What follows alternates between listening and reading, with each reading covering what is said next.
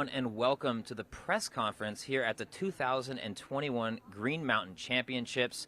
We are here first up with the champion from MVP Open, Catrina Allen. First question, how you doing?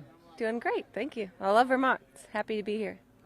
Yeah, I think that sentiment is shared across pretty much every player in the field. Could you talk about maybe some of the things that you love, like off the course, even about being here? Obviously, the waterfall, which makes ice cold showers or ice baths feel like easy. It's really cold. Also, like little amazing grocery stores with, like, I'm talking local grass-fed, grass-finished beef, which is amazing for me, and you know, all the amazing seafood and the good cheeses. So there are just so many. I mean, I could go on forever. It's like everything I love in one place. So I'm just in my happy place, and yeah. Yeah, no, totally agree. Honestly, for me too, I've got family here. It's a special place in my heart. But Okay. you just coming off a great win, taking down, you know, a tournament that most players would say is on the top of their list, maybe outside of Worlds, that they'd like to win throughout the year. How's your game feeling? I mean, MVP at Maple Hill seems a little bit longer maybe than some of the courses, specifically Brewster out in the woods. Yeah. How do you feel like your game's feeling coming out here? Good. I made myself take Monday off, which was really difficult, but I just thought it might be nice. As the season gets longer, those days off are almost just as beneficial as an extra round. Plus, then I was like, okay, if I play one round, then I got to play two on both rounds, and I started. But no, it feels great. Still working on all those little things I've been talking about for the last month or two of, you know, really zoning in on where I'm lined up on the tee box and the angle and the disc choice, and continuing to, you know, even in practice, working on my putting routine and all those things that have helped me be successful, and just, you know, helping them get better. Speaking of tee pads, specifically on Brewster, there are a handful of holes that used to have turf tee pads. They were a little rounded on top, a little slippery. How are you feeling about the new tee pads installed over there? I am just stoked to see all the same on both.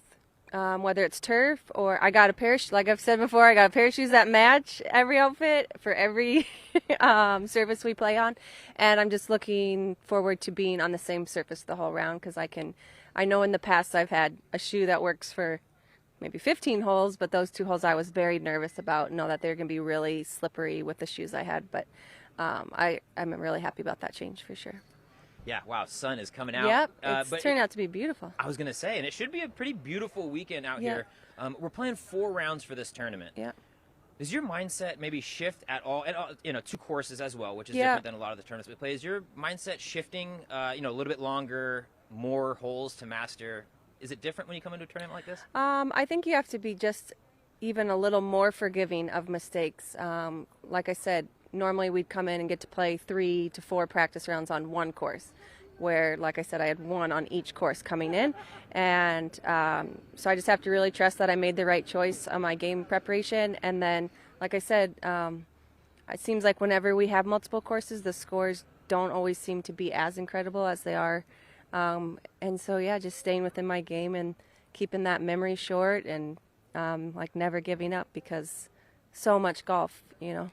Yeah, and, you know, keep the memory short is great, but if we think back a little bit farther, I believe this is the site of the widest margin of victory ever on a Disc Golf Pro Tour. You by 16 strokes. Oh, yeah. So is that added confidence, or is that maybe like a Catrina in the past that, you know, you're a totally different player now and you're not even thinking about that type of play? There is. I feel like I was talking to Terry recently. They're an interview post, whatever it was, and we were kind of talking. And when I told him I just want to get back to being that confident, comfortable place, I would say obviously I feel like I've grown tremendously as a person and player in the last, what would it be, 5 years? But I do feel like I have a little bit of that quiet, confident mindset that I used to be in 2016. I really just would step up and just see the shot and react. And yeah, I do remember, you know, like I said, as much as I talk about short memory, that was a really great place I was in on the course as far as confidence and how I felt. Yeah, so we are entering in, or I guess we're prime in the smack of the last leg of the season. We've got maybe an off week thrown in there, Tour Championship, but maybe 4 or 5 events left. Yep. These are some of the courses and tournaments that we all look forward to most. Do you find that you're just as energized as maybe you were earlier in the season, or is it a little bit of a grind and you're kind of just pushing to get through to maybe some of those last events? I think my routine has helped me just allow myself to think this is just another week, just doing the same thing. That's why I thought maybe taking Monday off would be so beneficial instead of over practicing after such a long week on, like you said, a little bit longer of a venue course. But yeah, I think just really it comes down to that, not like over practicing, burning yourself out, making sure there's a balance of being prepared but also being rested. And I feel like in most seasons I finish the season pretty well. And I think that comes down to all of the hard work I put in. It makes it easier for me to get in that good mental spot and just like physically, my body, I don't have injuries that I'm battling or things like that. We did book a trip to Cabo in December. And so I think I'm like really feeling excited about that. And actually in 2019, the last time we did the same exact thing, same exact weekend. And I won 3 big elite series in a row, so going to always continue to do that. But anyways, that kind of has helped me push through the end of the season, have something to look forward to in the off season to celebrate. So yeah. Is that like, I know for a lot of players they don't take an off season, like they just keep playing week in, week after week in. Are you the type to take big long breaks and take a trip to kind of just reset yourself and ground yourself? Yeah, I might pick up and play a few rounds through November and December, but I also am going to be okay if I don't touch a disc. So, yeah. Okay, well, hey, I think that's about all we have for you, Catrina. Again, Okay. appreciate your time so Yeah. much. Yeah. Get you out of here before the rain comes a little Yeah. bit. But again, that's been Catrina Allen. Thank you. Thank you. Thanks for the great question. Yeah.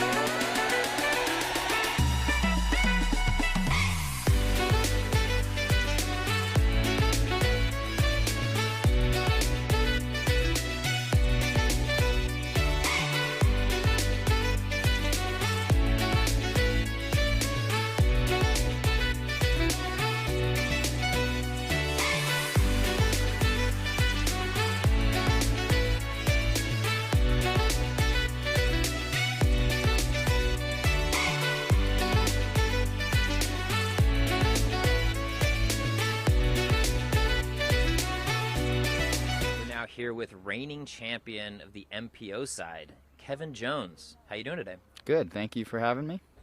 And we are at the site of Green Mountain Championships. You took this down last year. Going to be a bit of a different feel this year with spectators as compared to last year. Not too many people out here watching. Anything different coming into this year compared to you coming in last year? I wouldn't say so at all. I actually say I'm a little more confident this year than last year. What makes the added confidence? Well, first of all, the fact that I've proved to myself that I can win out here. But second of all, I just feel a little bit more solid. I remember last year I didn't even feel like I was 100% prepared for the tournament. And this year I feel like I'm closer to 100% prepared. Putt feels really nice. That was obviously key last year. I was making a lot of putts, but I also played Brewster really well, and that's going to be a key. So I'm going to try to play Brewster above average, obviously, but more confident in Fox. Sure. And these courses, compared to a lot of the courses we were playing even last week or earlier in the year, the open courses compared to Fox, a little shorter than a lot of those, courses we played earlier. How do you feel like the field in general adjusts to maybe like, hole 17 over at Brewster's 550-foot par 4, a little bit shorter than like the 800, 900-foot we just played? Any change to like how the scores are, or how the field is approaching these courses? Yeah, I mean, a lot of people enjoy Brewster a lot more because they have a better chance of scoring well on that course compared to other courses. I do think Fox, though, plays pretty short as well. I don't think Fox asks for a ton of distance.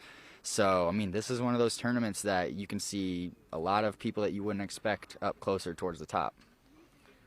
So we're entering in the smack dab in the middle of this last little leg. Two of the most, tournaments that we look forward to most throughout the year, Maple Hill last week and here, Green Mountain Championships. Do you find yourself physically 100%, or is it one of those nobody's 100% at this time of the season scenarios? Well, I like to take some good time off in my off season, so it's shown in my past performances that by this time of year I'm usually playing really solid. I've never put really any great rounds in at Maple Hill, but this tournament I've played very well pretty much every time I've played it. So I'm usually in pretty good form around this time. While maybe other people are getting tired, I'm not really sure, but I'm definitely not. I'm definitely about almost peaking, I would say. Well, it's a good time to be doing that. We've got a couple big tournaments coming down the stretch, but before we get there, the weather is spectacular. Okay. And this year, you're freshly in a new van. What's it been like, not having to worry about getting in a condo and kind of just like having that freedom? Well, a lot of people would think that the van is like a not a very convenient way of traveling, but turns out it's literally the opposite for me. I don't have to plan near as many campsites and schedule a lot of things. While it's a little bit more go with the flow, you're going to be fine. You have your room, and as long as weather cooperates, as in like just being a decent temperature, anywhere from 50 degrees to 75 degrees when it gets dark out, you're set in the van. As a car blasts music driving by us, have you found a little road crew who you've been rolling with the past, month or so? Mostly, I hang out with Luke more than anybody, I would say, Luke Humphreys. But other people I'm hanging out with would be Ricky. I really enjoy hanging out with Ricky. We got a lot of common interests, and we can always just shoot the crap together and just have a great time. Calvin is a great guy. He's like one of my favorites out there on tour as far as personalities, and he's a really good time to hang out with. And then, I'm pretty much friends with nearly everybody on tour, but when it comes to Nate Perkins and James Conrad and Paige Pierce, that crew have been hanging out with a little bit more as well, and that's been fun. One of the coolest parts about this tournament is that Fall Fest, a festival here at Smuggler's Notch, coincides with the tournament. So Saturday, Sunday, there's going to be live music, some drinks. Are you going to partake? Are you going to have fun, or are you just game mode zoning? Well, I haven't really partaken in the past as much as I should have. I guess I assume it's too good to be true that there could actually be some good acts like right next door to the course, and turns out there has been almost every year. So it's something that I definitely go and at least check out. I'm not sure which day it is. If I play a tournament the next day, I'm obviously not going to stay up late and stuff, but as far as like going and checking it out and seeing some good music, absolutely down. It's too convenient. It's just right here. Yeah, I believe 2018 Worlds we had Too Many Zoos playing, which, I feel like we all know who they are. It was incredible. Yeah. What's it like playing a tournament where MVP and GMC, in my opinion, are similar in that everybody's, for the most part, on site. Whether they're staying on the course at MVP Open or at Smuggler's Notch, the resort here. How does that change the vibe at the tournament, or does it? I'm not quite sure exactly how it changes the vibe exactly. It's like more convenient, first of all, obviously. The thing about this one is the resort's a little bit pricey, so there is that factor. You're going to be dropping a little bit of money in order to have this convenience of being really close. But when we all do that a couple times a year, and this is just one of those events, so everybody's really close. Like after your rounds, you go to this condo or this condo, and you're just gonna have a lot of people getting together and hanging out.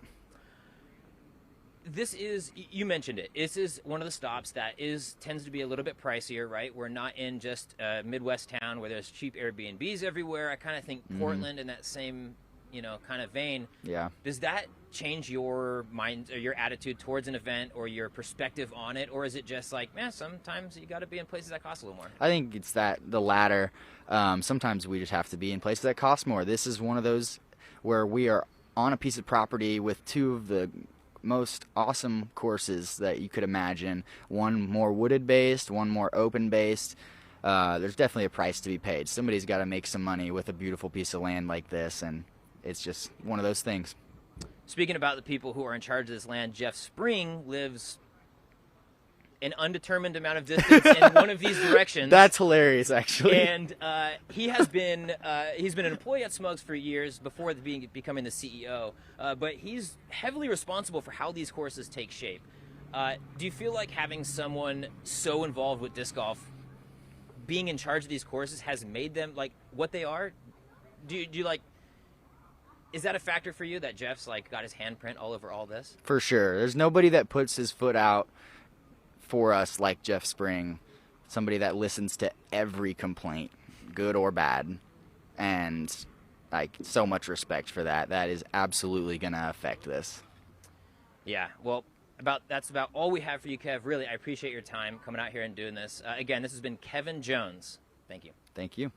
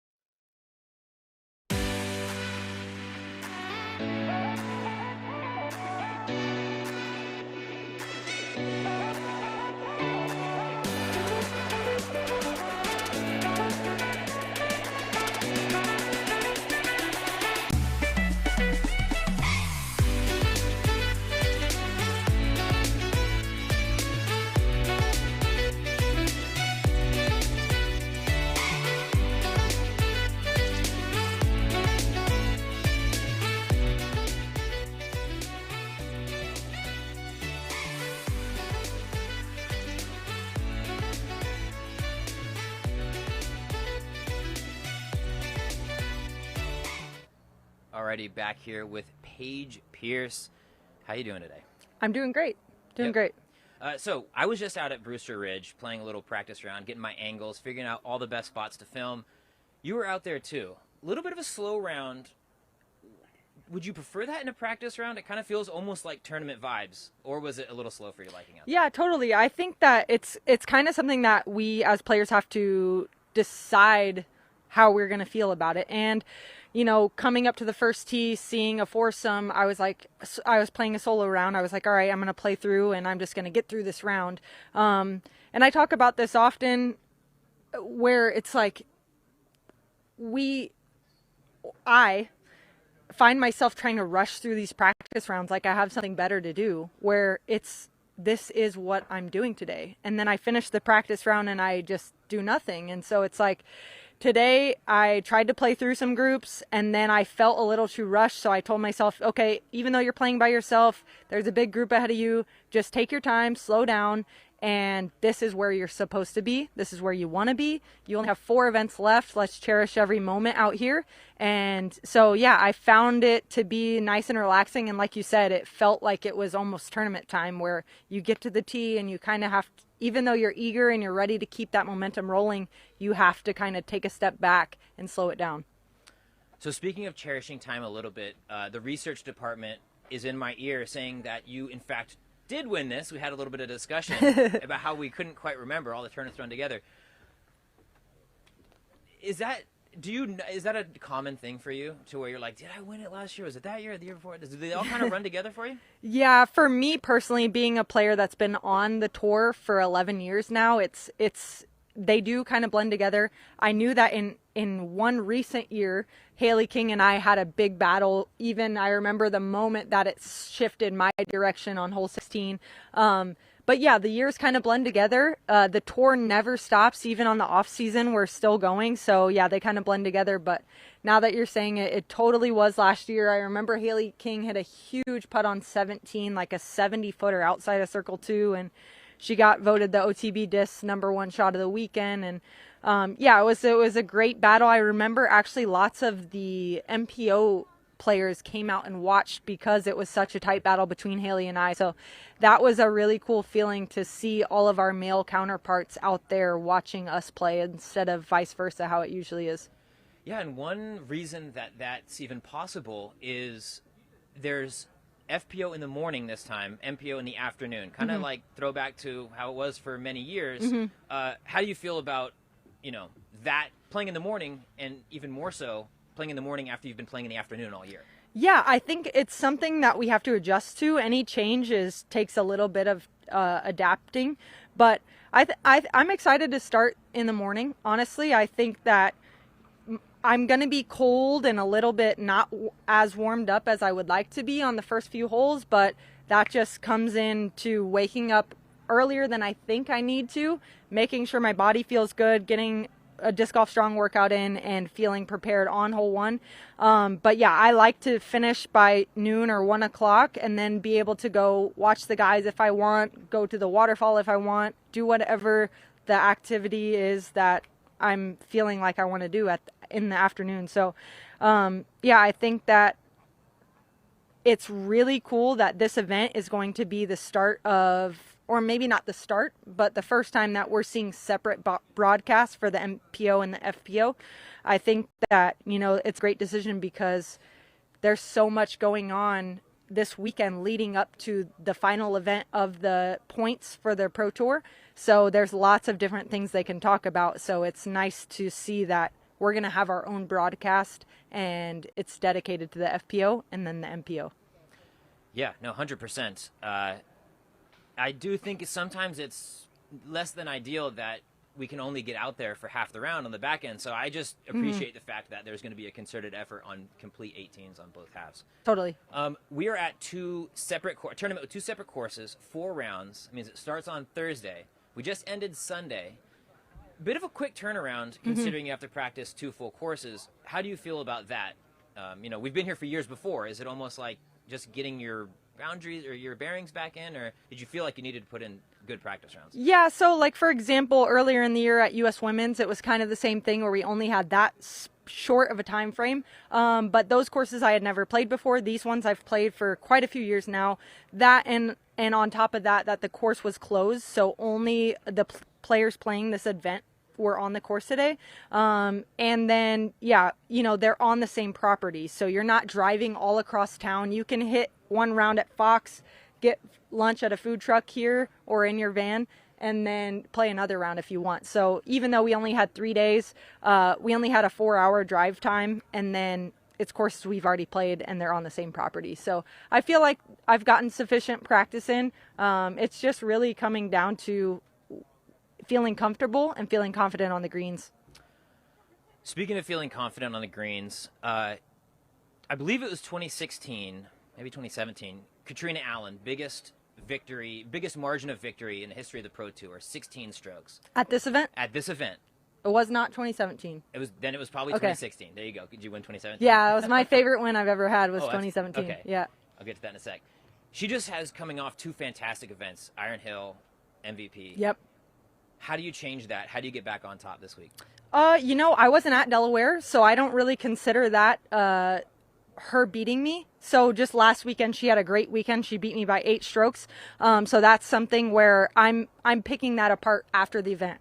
How did she get those 8 strokes on me? And I know that 6 of them were on hole 8. I chose to go for the shot to try to make the fans happy, make an ace, and then ran the drop zone putt. So those, I don't regret them by any means, but when I'm looking back and I'm seeing, okay, Catrina got almost like an easy win. She wasn't sweating at all that final round. She was just cruising. So when I'm thinking about, okay, do I want to continue to put on a show, or do I want to try to win these tournaments? That's something I'm reflecting on. But moving forward, I know that this weekend I want to put a stamp down. I want to show that I am the number 1 in the DGPT points for a reason. I want to show that I am a tournament player as well. So this weekend, that's going to be my goal, to win the tournament, to shoot as best as I possibly can, to get my rating up, and to, get the momentum back going into the last 3 events of the year. Awesome. Well, hey, more power to you. Good luck this weekend. That's about all we have for you today, though. Again, this has been Paige Pierce. Thank you.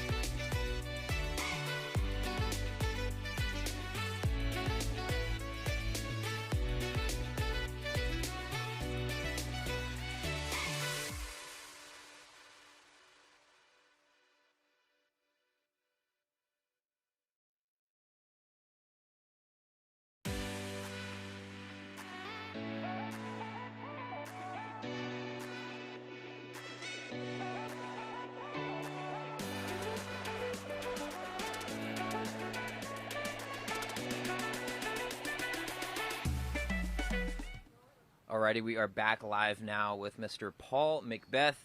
How you doing on this Wednesday? Not too bad. We got some great weather right now. I'm actually in shorts. I felt like last week it was nothing but pants because it was so cold, so it feels good right now. Yeah, one of the tournaments, and really the second of two tournaments that people look forward to all year round. How does it feel, you've been playing this tournament for a long time now, to be back here in Vermont, you're at Brewster and Fox, I should say. How's your game feeling? How do you feel mentally coming into this tournament? Mentally I feel good. Throwing the disc well, I feel like all year I've been throwing the disc well. It's just getting the disc in the basket's been the struggle this year. So it's something simple, but it's hard at the same time. Very difficult. But being up here in Vermont, it's beautiful. Leaves are starting to change. I'm sure people will see that at home, and it's kind of sad to see that fall's coming, but it just makes this place that much pretty. So. I'm feeling good, looking forward to competing on these two courses. Yeah, you had a real hot stretch in the middle of the season, but the last few events, they've been not probably to your expectation. Having said that, you've still been playing great. You're in the mix to win at Idlewild. You're in the mix at a lot of these events. How do you right the ship this week? I think putting. I think even last weekend at MVP Open, I feel like I had a shot to win, and I had 8 putts go off the cage, 8 of them. So, just getting those up a little bit higher and catching the chains, and it could be a different story. Me and Adam could have been battling down the end. So that was just from the final round alone. So I feel like that's really the only thing that's holding me back from some big wins this year. So still got quite a few tournaments left and some big events left. So can take those down. I think that, like you said, that'll right the ship, and there's still a major and 2 big titles on the line. How do you find the time to fix something like that? Because the tournament schedule is so packed. We're going here, practice around, learning the course. How do you take time, step back, and reflect on what you need to fix? It's really hard. It's that whole short-term memory, but sometimes it doesn't help in situations like this, to where I want to work on my putt, but I'm like trying to forget everything, so I might forget what I worked on my putt, and then I'm coming up to the next putt, and I'm like, oh crap, what did I just work on? I just forgot everything from the last hole because it was a bad hole, and forgot how to make the putt. So it is quick. We just got up here. We got 2 courses to get ready for. Luckily I'm familiar with them, but still trying to get the game dialed, get the course dialed, make sure everything's still looking the same on these courses, which there was, I think, only 1 change, but it is pretty difficult when you're trying to work on something, because sometimes you kind of just got to sacrifice a tournament in order to work on something in your game, and you kind of do that rather than take the week off and go home. So it doesn't look good on the stats, but long term it could be better solutions. So just working really hard on the putt. Right after this, I'm gonna go over and putt for a while. I feel like I've gotten 2 rounds on each course, so I looked at them, and now I got a couple hours until we start tomorrow. So about full 24 hours until I tee off. Next week is the DGPT Match Play Championship, first time to having that event. You will not be there, though. Could you explain why, and maybe what the significance is of you staying home? Yeah, we're running the Battle for Bedford down there in Virginia. We've had that planned since last year, working on the weekends, and I made my decision to play that prior to the match play being announced, and I was talking to Jeff Spring and whatnot behind the scenes, and that we wanted that to be a Silver Series, and we were close to having it as a Silver Series, but then Discmania wanted to host their event on that weekend. So that's kind of how that worked out. So I've been out of it for a long time. And it just happened to be that they're on the same weekend, and there was nothing I could do about it. That popped up, March, April, May is when they kind of announced that, somewhere in there. So wasn't a surprise to me, but surprise to some people to not see my name on that list. And the Battle for Bedford, it's on a course I designed down there, so I'm excited to play it because I designed the course to challenge myself. So, yeah, is there a well, speaking of, I'm actually missing the match play as well to go play my local event, San Francisco Safari. So right there with you, I don't blame you. Is there ever any plans to bring that course onto a bigger, badder stage on tour? Of course. If we're gonna have some players there, I think it's only 16 MPO and. Is it 16 or 32? 16, something like that. Not a whole lot. So there is still a lot of players that are going to come down, I'm sure, and play. That are going to be some late registrations. So I'll let them speak for it, But I know Eagles played there, and I think he said this spring, he's like, this is where our tour final should be. and Hamas, said something similar to where it's very challenging. I think the only thing that's really lacking is water, but you could always bring that in. So if it goes great, maybe they'll dump some money into it, and the city or county will. So hopefully one day it'll be on the big stage, and we'll be doing this interview from Bedford, Virginia. Love it. Speaking of Adam Hamas, you just mentioned his name. He had a big win this past weekend. He took down an NT, took down a Pro Tour. Not a lot of names on that list. I believe it's 4 that have ever done that in the same season. Yep. This is not the traditional, McBeth, Ricky, couple of guys at the top. The parity is a lot deeper this year, and I think it's just going to be more and more of that going forward. How do you fit into that emotionally? Because for years it was basically 1 or 2, and now there's 10, 12 guys that any given week could be pushing for the win.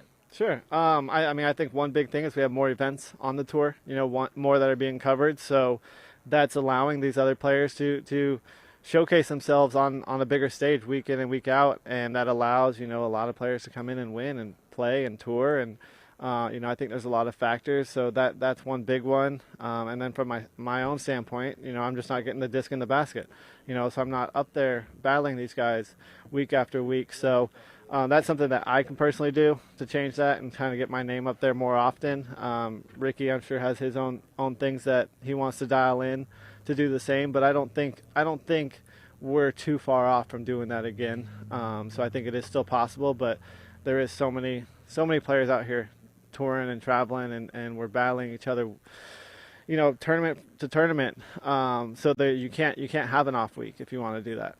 So yeah, Adam's absolutely playing great right now, and there's a lot of other players as well. So we'll see where it goes, but I want to get back up to that being up there, every event. We've got a couple of great events coming up. A handful of really good events coming up at the end of the season.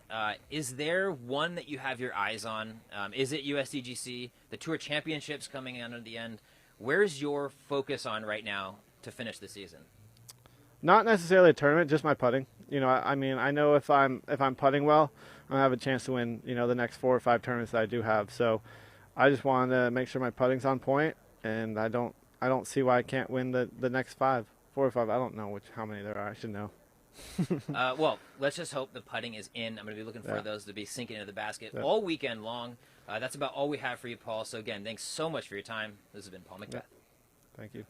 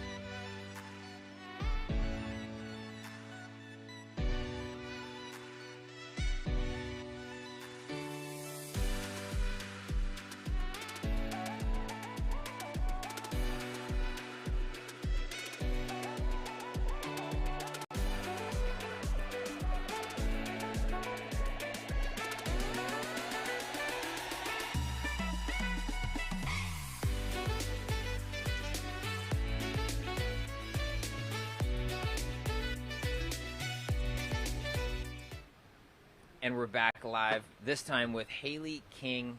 How we doing out here in Vermont? It's absolutely amazing out here. The wind just picked up a bunch, but it's amazing as can ever be. The rain isn't stopping any of us, so. Yeah, and I imagine you have good feelings up here. You seem to play very well up here. Last year, locked in a battle with Paige, almost was able to take it down. What's your motivation, and where's your energy, physical level coming into this tournament? this is like my favorite property that I've ever played. So it's just coming out here just emotionally just like kind of holds me together, you know, just gives me a hug and just is just like, you're all right, you're home. Like, it's going to be a lot of fun. The courses suit me very well. So it's a lot of confidence in there as well. Yeah, and especially coming off a course like Maple Hill, which can almost like emotionally batter you as you're playing. You know, the stakes are very high up there.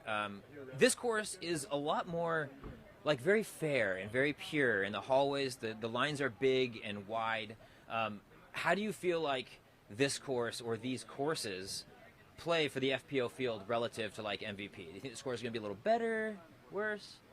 I think the scores would probably be a little bit better for the whole field just because there's a couple holes out there, MVP, that I feel like is just a lot more dangerous than out here. There are a lot of hard holes out here, but it's just like you can make way quicker, easier mistakes out at Maple Hill compared to Brewster or Fox. The fairways, I believe, are just 20 times bigger, and yeah. So this was one of the first courses. This is like maybe like the fifth course or property I'd ever played when I started playing disc golf. I have family in that town, and I visited. It's had a special place in my heart ever since. Do you look forward to this swing on the tournament maybe more than others? Or is this just another tournament on the way?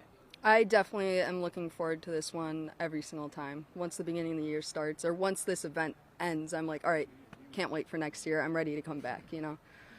Last week at MVP, during that final round, Kat had started to accumulate a bit of a lead towards the end, and it seemed like your energy or I don't know, call it effort towards the end started to dwindle as you're slightly getting out of reach. How do you is that something that you're focusing on, like finishing strong in the tournament, or is that just something that happens when you're like, oh, I didn't get this one? I honestly don't know if I can explain it yet because I blacked out by like hole 7. There was a lot going on in the start of the day, and it just creeped into disc golf, and I couldn't keep the two separate, and yeah, I was just completely out of it, and I didn't feel in my body. It felt like I was just looking over me and just getting through the day. It really sucked, and it really hurt for that to happen, but I know it's not going to happen here, so yeah.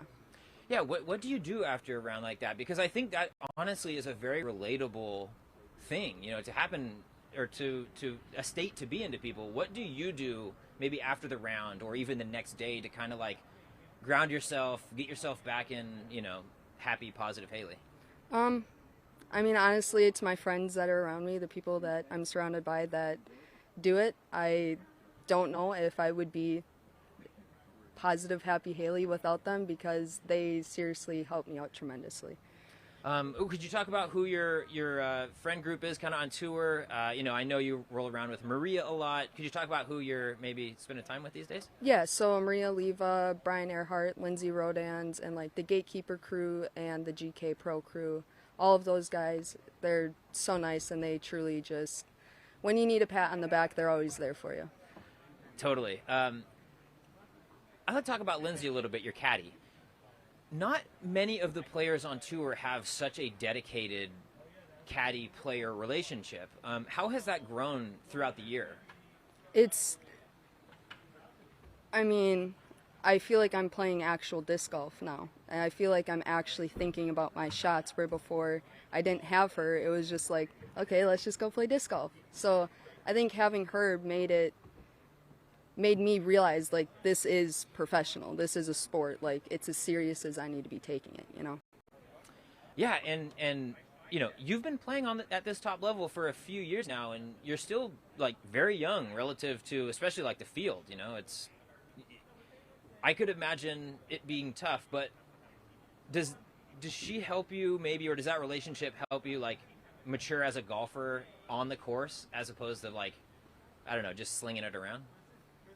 I mean, I don't know if I'd go that far, but she definitely, sometimes when I'm acting if I'm acting out, she will kick me, and she'll be like, stop doing that. And sometimes yes, but I'd say majority it's just like being out here is what makes us mature on the course, just experiencing it, going through it. We are coming up on the Match Play Championship next weekend. You'll be there playing, correct? Yep. How do you feel about that format and just the different energy of an event going on next week? I'm really excited. I have no thought about it besides the fact that I'm ready to just do it and see what it's all about. Have you played? I assume you've played match play events before. Only a couple, yeah. So I love it just in that it's a 1 versus 1 winner-loser scenario that we just don't experience in golf all that often. You could shoot a bad round, but you've always got the next round, and there's somebody who has shot worse than you.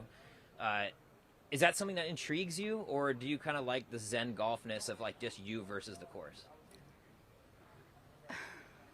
I feel like I'm always out there competing with my friends, so I kind of do like the one-on-one, but I also love golf, and like I love both of it. I love all kinds of ways of playing disc golf. I don't know. Perfect. I mean, who doesn't, right? Just slinging discs in the woods. We've got one more major left this year, though, and I want to touch on the Women's National Championship a little bit. Is that something that you've got your eyes set on? Is that a tournament you've been thinking about for a while? How are you feeling about the end of the season? Yeah, I love the last stretch of the tour. It's, in my opinion, some of the better golf on tour, and honestly, the people I feel like are a little different. Like the community, the disc golf communities are just way more supportive from my experiences, and I don't know, I'm excited. Yeah. Well, I know this disc golf community is sure to be supportive of you all weekend long. Wish you good luck out there. That is about all we have for this interview, though. Again, thank you. This has been Hailey King. Thank you.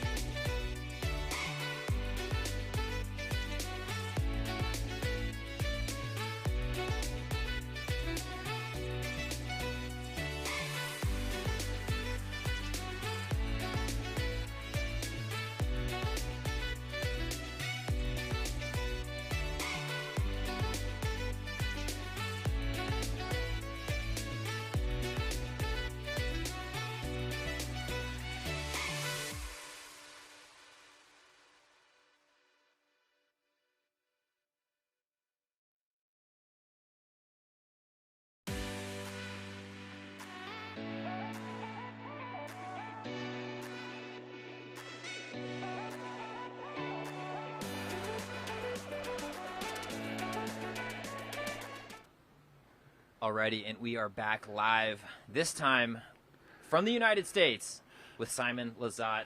How are you feeling today? Pretty good. I actually ended up playing 2 rounds yesterday, so I'm a bit sore, but I have big plans for this event, so I had to get the practice in. Ooh, I like it. Care to tell exactly what the big plans are? Yeah, so because I missed Maple Hill, like probably most people know by now, I need points to get into the Pro Tour Finals, and I need at least 50 points. I think even more than 50, like 60 or 70 points, so that means top 5, 4 or 3. to get a guaranteed spot, and if not, then dang, I gotta be hoping. Well, how's your game feeling? I imagine you've been taking a little time off, at least from the competitive scene. How's your game? How's your arm? I know earlier in the season it was a little touch and go. Yeah, the arm is okay. That's pretty much the best word I'll use for it. It's not good. It's not bad. It's just good enough. It's good enough to throw like my 80-90% power. I can throw like a handful of forehands a day. Anything more than that is probably not a good idea.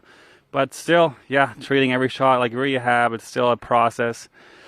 But the game in total is feeling, a bit hit and miss. I'll need a really good week to finish in the top 5. I know that. My game up to this point in the season has been here and there. I've had a couple top 10s and top 20 almost every time. So it's solid. Not where I want it, of course, but it's solid.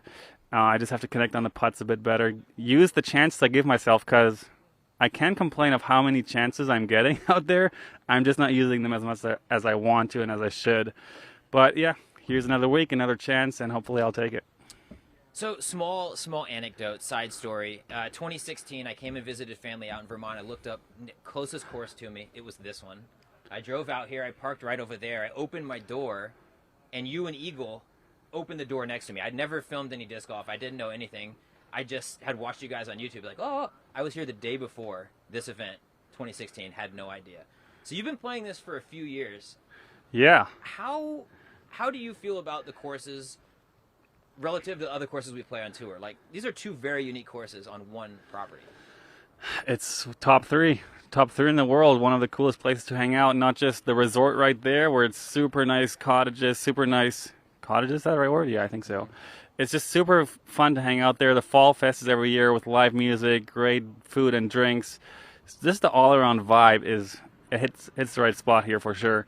And the courses, they're 2 world-class, challenging, fun, beautiful. It's really not much more you can ask for. So always a pleasure to come up here. And for me now, it's a 3.5-hour drive to get here. So it's also convenient. Checks all the boxes. These courses, beautiful, very fair, professional courses, but I don't know that they are advantageous for long throwers. I think that it's almost can get you in a little bit of trouble. Oh, yeah. The longer you throw. Could you maybe talk about that aspect of these courses? Well, pretty much most courses we play nowadays, the further you throw, the more trouble you can get into. And that's really a thing that people don't think about sometimes is the further you can throw, if you're off by just an inch here or there, a slight angle, the further you go in the wrong direction. So it's not always a good thing to throw for, even though it's fun and impressive. But no, these courses are definitely not far throwers courses. You got to be in the woods right here. You got to be pinpoint, get the landing zones, and then throw a lot of mid-ranges and putters, which I really enjoy that. That's New England disc golf for you. And then Fox Run, OB, all over the place. So, and I feel like they tighten it up every year, just maybe a foot here, a foot there, just to make it even more challenging. And Fox Run is the place I've been struggling with. So, yeah, I'm just going to go out there. I think my 6th or 7th time here, just to try and keep it in the ropes and use the chances I get. I want to go back a little bit, and I'm sure you've talked about this with a few people at this point, but it hasn't been with me. Walk me through how you missed MVP exactly. Like, was there an oversight? Did something change in the middle of your trip? No, it was just bad planning, bad research before the trip, kind of.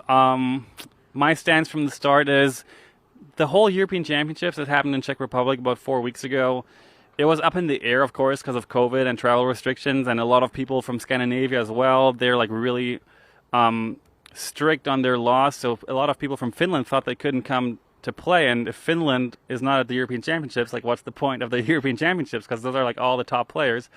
But they ended up figuring it out with quarantines and stuff like that, and I just Googled traveling from Europe back to the States on a Canadian passport, and it seemed fine. It's all so confusing and almost like misleading at points. I asked so many people of their opinion, and so many other people did research for me, but it's just wasn't clear to anyone. So I flew there, tried to come back, and they said nope. When I was trying to get on the plane to Boston, they said nope. So I got a plane 2 days later to Canada, where I was allowed to travel to because of my citizenship.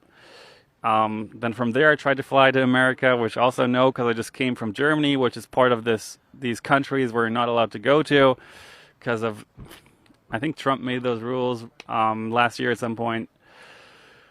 Bummer, huge bummer, and of course missing Maple Hill is a heartbreaker. If I live there, one of my favorite courses. I can sleep in my own bed at a pro tour. All those bonuses. I can have friends over to my house. Bummer, but it's okay. Yeah, it actually, I mean, it felt especially tragic considering the tournament that it caused you to miss. Yeah. How did that affect you? Did it affect you at all? Is it like, I mean, I remember I interviewed you in 2019. You were so happy that was your home tournament, and I was, everybody looks forward to seeing you there. Yeah, I know. I feel like almost like the hometown advantage there because of the fans and the friends. Family, too. It's all right there. And it was tragic. When I realized, it took me a real long time to realize that I actually can't go because we tried to get like the exception. You can like apply for specific like exceptions. And with the pro tour, I was talking to Jeff a lot, talking to Discmania, like trying to get me like, let this sound legit, like he needs to be there. But unfortunately, I got a letter back saying, sorry, you don't qualify for the exception. Not important enough. But we tried. So it took actually a long couple days before I knew, like, damn, I'm really going to miss Maple Hill. So once I realized it, I was just like, could be worse. I mean, I could be sick. That would be worse. Yes, no, very true. You mentioned that you need 50, 60, 70, an undetermined amount of points at this point to get into that Tour Championship. Is that event something that holds extra weight for you? I mean, we have majors. That's not actually a major, but it has a giant payout. It's one of the most broadcasted tournaments of the year. How does that tournament stack up to maybe like Worlds, USDGC, the majors like that? I just love the concept of a tour followed by the grand finale. I think that's what it should be. We're all trying to get in position for that event. And then, of course, last year we had a $20,000 first place payout, which in disc golf is pretty unheard of, and it's just amazing to play for that amount of money. It brings a different vibe, it brings different energy to the whole event. So I want to be a part of that. Disc golf is my job and my life, so I feel like I should be there. But maybe I ran out of luck this time, but I'm trying. I'll try my best. Well, good luck. I'm now fully expecting top 4 or 5 and a great effort out of you this weekend. But nice. Regardless, I really appreciate your time. That's about all we have for you. This has been Simon Lizotte. All right, guys. Good luck. Thank you.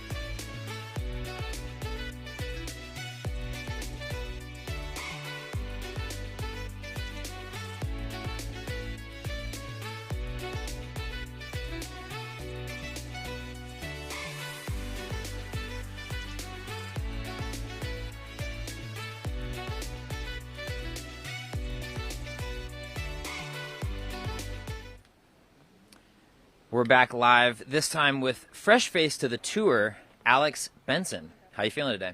Feeling pretty good. So I hear that you are a Vermont local and that you are on tour now for the first time. How's it been? How's the experience been overall?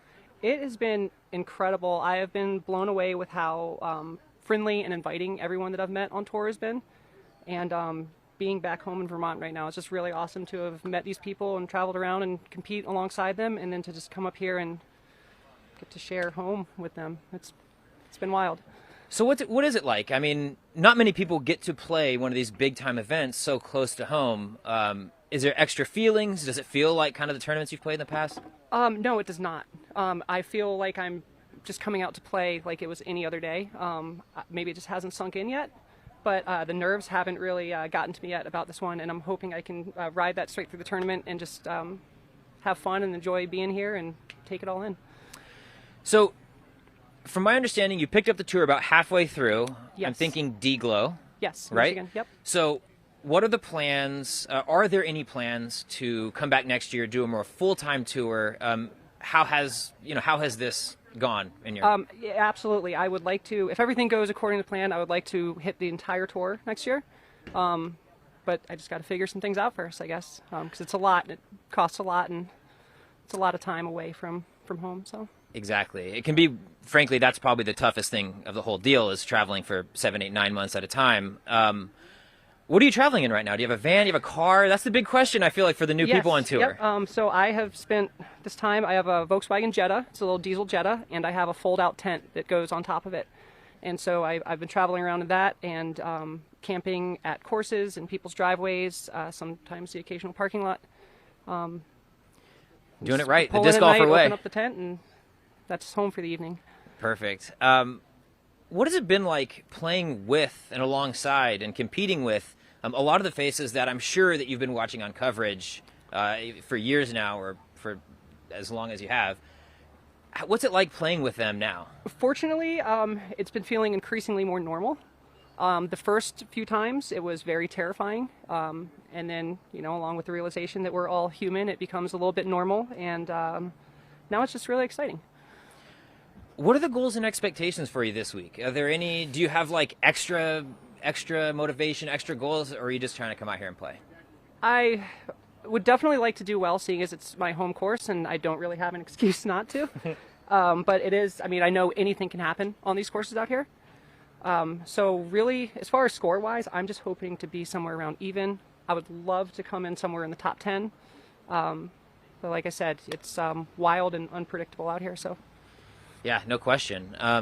There have been cameras around you when you've been playing before, but this tournament, you are going to be on that feature card, on the live broadcast, all 18 holes.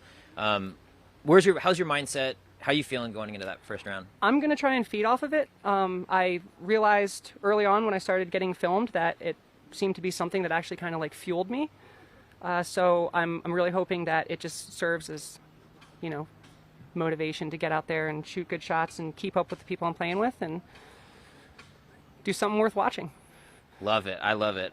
As you're walking over here, I heard a group over there, kind of pestering, razzing, talking about maybe that they're going to watch it. Do you have a crew out here? Are you rolling around with friends every time you come out here to the practice courses? This is one of those courses that on any given day I would show up and just hang out until I bump into people I know. So yes, I know tons of people around here. The local disc golf community is incredible. They were actually responsible for helping me get out on tour this year, unsponsored, raising money locally. Team on the Fly did a whole lot. They're based out of here in Jeffersonville. And there's...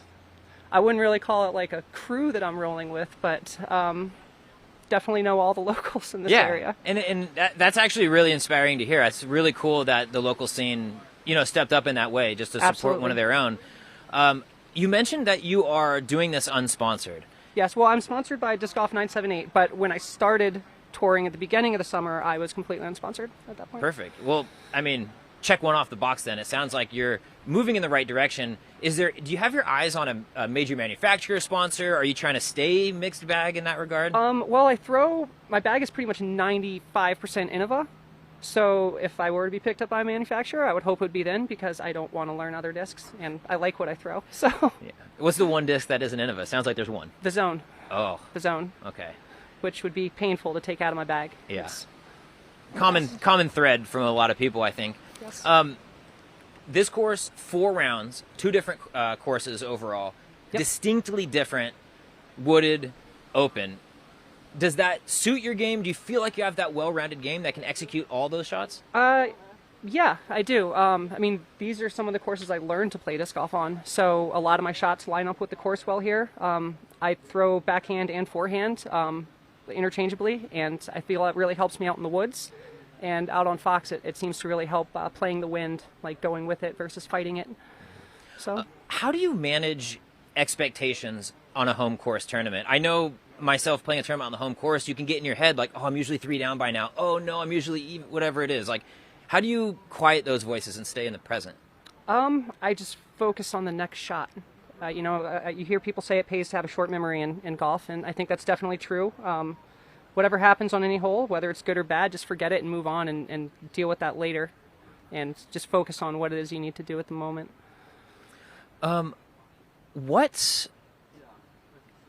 You're standing here, Yes. talking into a microphone, lights on you right now. Is this what you expected it would be like when you started coming out and playing these events? No. What was the expectation? I don't know. I figured I was just going to go play, and I didn't really expect anybody to notice. Like, there was kind of this calming feeling of, hey, no one's going to care what you do.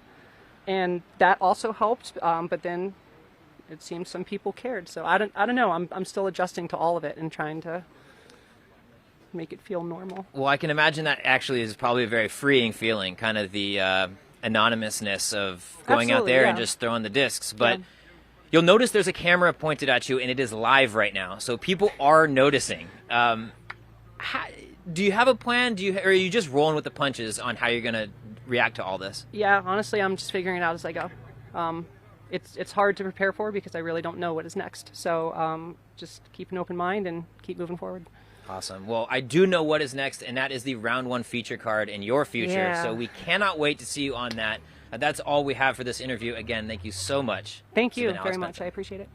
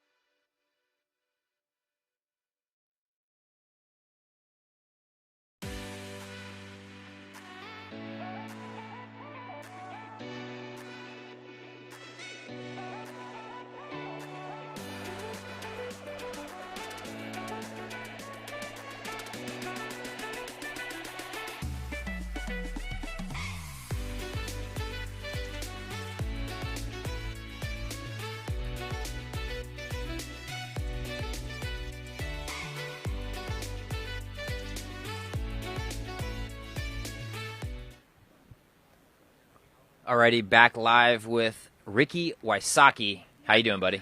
Doing good. Yeah, coming fresh off Maple Hill. Kind of had a short week this week. The Green Mountain Championship starts Thursday, and we got done obviously Sunday at Maple Hill. So we kind of have a short week, 3 days of practice, 2 courses to play. So yeah, it's been a back to back 3 weeks in a row now here. So it's a little grinding, but it's you kind of forget about the grind when you're here in Vermont. Everything's just so amazing. The views, the waterfalls, just the picturesque holes out here at Smugs is just amazing. And speaking of amazing parts of Vermont, below the frame of this camera, you're wearing board shorts. Where are you going after this? I'm going to the waterfalls, doing an ice bath, a natural ice bath. It's that's one of the beauties of Vermont. They have all kinds of rivers, and so we're, as players, we get nice and hot and sweaty after the round and jump into the rock jump into the water and just kind of do a natural ice bath, if you will, and cool off the body and the muscles and get ready for the next day. So it's kind of tradition to go out there and jump in the water after every round to recover. Yeah, one of the many awesome parts of being here. Not to mention the other awesome part is pretty much, I don't know exactly where you're staying, but most people are staying on site at Smugs. You're seeing people as you're driving, walking to the breakfast spot. What's the energy out here at this tournament, from almost like a social perspective? Well, it's awesome because where we're at in Vermont's kind of pretty far out there, and not too many big cities. I think Burlington's the closest real big city. It's kind of like 45 minutes away. And so everyone's kind of tight-knit. Everyone stays in the same general region. So I'm staying with like Hokom and James, Conrad, and Paige Pierce. We're all staying in the same kind of complex, having like community bonfires at night. And I'm staying with Catrina Allen in the same Airbnb. So it's kind of awesome. We're all just like, hey, you want to go to the bonfire? You want to go to the ice bath spot? You want to go for a hike? Yeah, I mean, there's just so many things to do after the round. So you'll play around, then you'll go over a hike, and then go for an ice bath. So that's the beauty of Vermont. Is it's kind of like the culmination of the Pro Tour. And obviously not the very last event, but one of the last events coming down the home stretch. And so it's awesome to kind of be here and kind of celebrate the awesome year that we've had as a sport. The sport as a whole. So it's great and fitting for it to be in Vermont. Yeah, no question. And really nice, I would imagine for yourself to get a refresher, a relaxer. You had a very tense final round at Maple Hill. You really did your best to put a bid at that championship. Could you talk about that final round and the energy out there and everything you left out?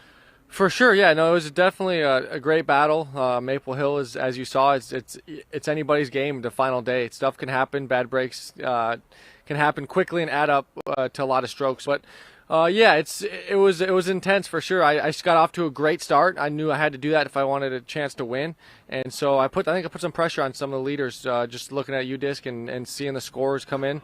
I got some of the bonus birdies out there. Like hole 6 is kind of like a bonus birdie. I picked up that too, which can be challenging and tricky. And so yeah, I got the birdies I needed to put the pressure on them, and I had a chance late and I faded away and I ended up getting second, but I still jumped up the leaderboard a lot. Had a lot to be proud of. Put myself in contention the final day, even still being 5 strokes off the lead. I was tied for the lead at one point, so I was really happy about that and super excited for me to come back from the second card and have almost a chance to win. And Adam played great. He made a lot of putts. That's what he does. He's a great putter, and that's where he sets himself apart. So he putted his way to a victory for sure. I'm sure he threw great shots as well, but he's a great player, and it was good. It was a definitely unique situation to be battling with for the lead from the second card. It's been a minute. And it's tough, as you saw, to win from the second card because normally you're a couple strokes back, and nowadays it's hard to make up that strokes on all the good players in the field. So last tournament MVP, Eagle had a bit of a lead going into the final round, but besides that, everybody was very tightly packed, and it seems like every tournament, at least in the past month or 6 weeks, has been that way. A lot of people in the mix down the stretch. Is that a trend you see keep developing? Yeah, I think there's just a lot of players playing at a high level. I think that's just a sign of it. There's a lot of players playing well, and if you shoot 6, 7, 8 under at Maple Hill, there's going to be other people that shoot that well too. So it's all, as you saw, it's all about the final day. If there's a separation day, that's the day. The pressure's on. People are trying to, get better spots to get better payout, Pro Tour points. There's so much on the line, not just the tournament. Obviously, the tournament title's on the line, but like I said, payout, bonus points for the Pro Tour standings going into the Pro Tour finals, and so there's a lot of things that are on the line more than just the title. But yeah, I think that's where the pressure comes in, and people really start feeling that. But yeah, Maple Hill is just the energy of the crowd. Hole 8, the 8 holes, hole 18, the gallery. So there's just so many things that makes Maple Hill amazing, and the energy out there is unmatched on tour. It's awesome to go back, and they provide us with such an amazing. It's like a stadium feel. You walk in and you're like, feel the energy. Like, I want to get to hole 8 and see if I can't give it an ace run and give these fans what they want. So yeah, that's kind of cool. It really has that Phoenix Waste Management Open vibe, where there's a lot more fan interaction with the players than at most tournaments. You mentioned high stakes. We're getting towards the end of the season. You're in contention for first place in the DGPT point series. Is that something you're focused on, and are you focused on putting a stamp on that this week? Yeah, I think that the point system is a true sign of consistent play. I mean, it's one thing to play well for a couple weeks here and there, but for a whole season, it's tough to do. So winning a points title is definitely something I'm eyeing up. I think this week's going to be a big week. It's basically a battle between me and Eagle, and it's something to where if I can get a good finish, then I have a chance to win, and that's all you want coming down. Playing. I don't know how many pro tours we played, but there's been a lot this year, and so it's to have a chance to win is something I'm definitely paying attention to. Obviously, I'm trying to win. That's always great, but if that doesn't happen, there's still something to play for, even if I don't win. Totally. And speaking of playing for something here, correct me if I'm wrong with the timeline, but I believe pre this tournament being a pro tour, you won like 3-4 years in a row, but you haven't come up on top since the majority of the field has been here. Talk to me a little bit about that energy, and are you looking to maybe put your foot back on the pedal this year? Yeah, no, I've won this tournament a lot, so I feel comfortable out here, and I've played for years. I think I was one of the first really top name pros to come here and start, telling all my buddies, hey, go to Vermont. It's an awesome course, awesome venue, awesome state that most people hasn't really been to. So yeah, I've had some solid finishes. I definitely haven't been playing as well the last, I would say, handful of years as I did, like you said, when I won in 2012, 13, 14, and 15. I won like 3 or 4 years in a row. But yeah, the bigger field definitely plays into it. I mean, yeah, players are playing great right now. But yeah, it's something to where, yeah, I definitely want to win. One of the big tournaments I haven't won on tour, and it's as an athlete you want to try to win them all. That's kind of the challenge is to try and have your name on the title of as many tournaments as you can, so you can look back and say, hey, I won that tournament in 2021 or whenever the tournament happened. One thing that I think a lot of the fans and a lot of the people outside of right in the scene notice about you is that it seems like, especially lately, you're having so much fun on the course. And you're obviously a competitor. You're grinding. You can see it in your eyes. But has that been a focus for you? And could you talk about maybe your energy out there on the course, especially like lately? Yeah, I'm just trying to. I think having fun, but yet still having a fierce competitive mindset is so important. It's hard to balance the two. When you're in the fierce competitor mode, you want to just stay fierce, stay focused, and have that mindset. But I think I'm showing that you can be that fierce competitor, but also smile, wave at the gallery, and just have a good time, like you saw at Maple Hill. Say, oh, I hope you picked me for the CTP on this hole if I got close. It's just kind of making the atmosphere a little bit lighter than normally I would. So I've learned a lot and grown as a player and grown to find that's my comfort zone now. Is I play, well when I'm smiling, but yet, ready to throw a great shot right after I'm done smiling. So I'm doing a good. I feel like I've got a good balance between having fun, but yet turning it on when I need to, and setting in and focusing and grinding when I need to make that shot, that clutch shot or clutch putt down the stretch. Well, listen, we can't wait to see you lock it in and get there and grind it out this weekend. Looking forward to the action. That's about all we have for this interview, though. Thanks again. This has been Ricky Wysocki. Thanks, guys. Glad to be here.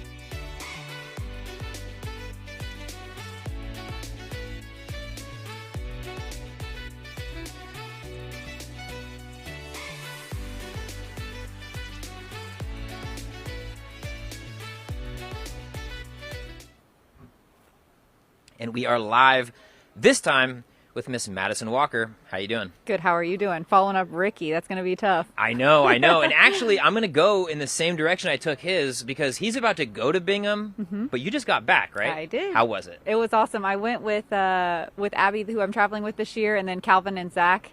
So we just went and did some icing. I just dunked my feet and hands in, iced all of them because I'm not getting in that water. I'm from Florida. It's like 55. And then just looked for mushrooms. We found a really cool caterpillar. Wow, that's a full day. It was awesome. Speaking of that, though, I think last week and this week is maybe Portland, Beaver State Fling. This has got to be the two most beautiful places that we will spend time this year. What's it been like? Because I know you're someone to take advantage of that. Can you talk about what it's been like this past couple weeks? And I mean, it's been great. We had a little bit of as a motorcycle revs behind us. Yeah, that's my dream. I'll be right back. No, I'm just kidding. No, it's been awesome. I mean, they got a really wet summer, so there's been mushrooms everywhere. It's been absolutely beautiful. The ferns are out popping, moss, all that. So it's easy to like distract yourself on the course if you need to, which I do because I'm a little bit crazy out there. But it's been wonderful. I took last year off because of the pandemic, so it's nice to be back on tour and to see these places that I haven't got to play in 2 years, an injury in 2019 and then the pandemic in 2020. So it's nice to be back out on these courses. Yeah, no question. The people, the community. I'm thinking the 8 holes out at MVP. That was my first time. That was your first time with it? Oh my gosh. And okay. I made a drop zone putt. Number 8. Did you sign the board? No, I made it on the first day. Okay. Yeah, Well, but it was still fine. No. Talk about that experience. What was it like? It's a unique situation out there on hole 8. Yep. Talk about that for your first time. So, I mean, obviously the last couple years, spectators has ramped, and I'm not used to that. I mean, I'm used to having spectators here and there, but like, it's insane how much support the Disc Golf Tour is receiving from just spectators alone. It's awesome. But the 8 holes is a whole different story. And I was talking to Erica Stinchcomb, my other Hot Goose commentator, last week, and we were both agreeing, like, coming from a team sports background, like, it's unbelievable to have people there, like, cheering you on. Like, I think hole 8 and hole 14, where we had spectators, were, like, 2 of my best holes on the weekend because, like, having that, like, palpable screaming support it's not great in golf. People don't love that, but I thrive off of it. I thought it was amazing. So I told them all weekend how much I love them. And then on top of that, if you don't even like cheering, they have the Candy Man and donut holes, and like literally win. Like you can't go wrong. So it was a unique experience. I definitely, the final round, I went out there and hung out for like longer than I probably should have. Those are my people. I'm from San Francisco. It felt like home. Yes. You went to Bingham Falls with Zach and Calvin and Abby, the squad. The squad. Could you talk about what it's like having such a tight-knit group of friends when you're on this crazy adventure called tour? So Maple Hill last year was the first time I had been back, like I said, in a couple years. And it's a little different now because I feel like everyone kind of has their little squad, their little pod. It feels a little bit more separated than it used to. I mean, literally 3 years ago, we were all still really leaning on each other financially, mentally. Like, we're all just barely squeaking by, sleeping in parking lots. Like, I mean, that type of tour is so closely removed from where we are now, whereas now a lot of people are really comfortable. They have their little living situations. Everyone feels secure. So it's kind of weird, especially at Maple Hill and here, where you're used to, like, being around everyone all the time, but now it's a little bit more separate. And it's good because it's nice to have those people you can really rely on, and I love everyone. But I do kind of miss the days where we're all, like, scrapping by and really leaning on each other. It's nice. I kind of miss those days of tour, but it's awesome that everyone's able to really make ends meet now. It's great to see disc golf grow that fast. 100%. I do distinctly remember staying in some dude's bedroom. It was 3 of us in a 10 by 10 room with no beds. In his bedroom? In dude's spare room. There was a glass case and a sword in it. It was a whole thing. So that was just a couple years ago. So I totally resonate with what you're saying. It's really developed. I stayed in one with just a doll bed. It was a tile floor. He's like, don't bring beds. We got plenty. And it was a doll bed. No. Where was it? It was in Sacramento, California. Oh, classic. Classic. Okay. But yeah, so I mean, that was literally 4 years ago, and now we're all just living this cush life in condos. In vans and all that stuff. So you are actually still driving around in your blue sedan of Honda Fit. Love Honda Fit. Me too. Leanne is her name. Is there any goals to upgrade or move on? Is upgrade a Yeah. disc to the car? No, there's definitely been plans. I like it because it's fuel efficient, but I definitely do need something with a little more space. I was looking at vans, but I don't know if I like that just because I like to go off-roading. So I'm looking at maybe like a truck and a small camper. I'm not 100% sure. I'm doing the RV life this year with Abby because she wanted to come check out Disc Golf Tour, and she loves disc golf, so she wanted to see some places. But I don't know if RV is the life. For me, it's a lot. It's a lot of extra, although it's very comfortable. But so yeah, I'm thinking a truck and maybe a small camper in the future. Ooh, okay, like Missy Gannon style almost. Yeah. You've been playing solid this season, but you haven't necessarily popped off and had one of those top performances. How do you change that, this week and going forward into the next tournaments? I think right now it's just about being patient and just sticking to my game plan. With the tape, the injury that I'm still dealing with, I'm just happy to be able to be competing. My body's got a lot of stuff going on that doesn't let me play to the fullest every single weekend. So to be able to consistently be right just around the top 10, just outside the top 10, I'm really happy with that because of all the issues I'm having to work through. So I'm stoked to be able to even still be competitive. Also, I've been starting to focus on other jobs. So disc golf is not quite the priority anymore, but it's cool to be able to still be competitive and be out here and be enjoying it. Well, I look forward to you being competitive this week. Me Hopefully too. we can catch you on coverage rounds 2, 3, 4. But that is going to be all we have for you right now. Thanks again. This has been Madison Walker. Thanks for having me.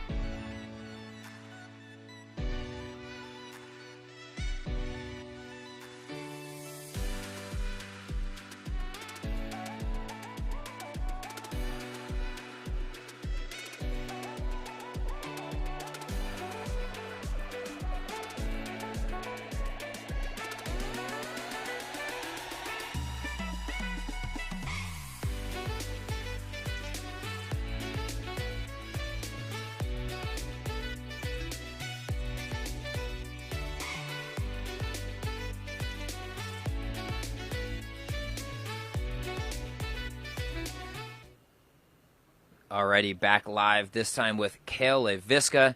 How you feeling? Feeling fantastic. It's always just so awesome to be up here in the Green Mountains. Right now in my vision I can see trees already starting to change color, a little storm rolling in. This is the place to be for me. Yeah, no question. I've already asked this or pointed this out about one person in these interviews, but below the frame, board shorts. Talk to me about that. Where'd you use them? I'm about to use them as soon as this interview's done. Actually, we're going to be hitting the pond and cooling off a little bit. But yeah, pretty much every day after the rounds here, we're going to be, Bingham Falls is right over the notch. One of the coolest, cleanest waterfalls to go swim in. So, gotta try to take advantage while it's still pretty nice out before the fall air hits.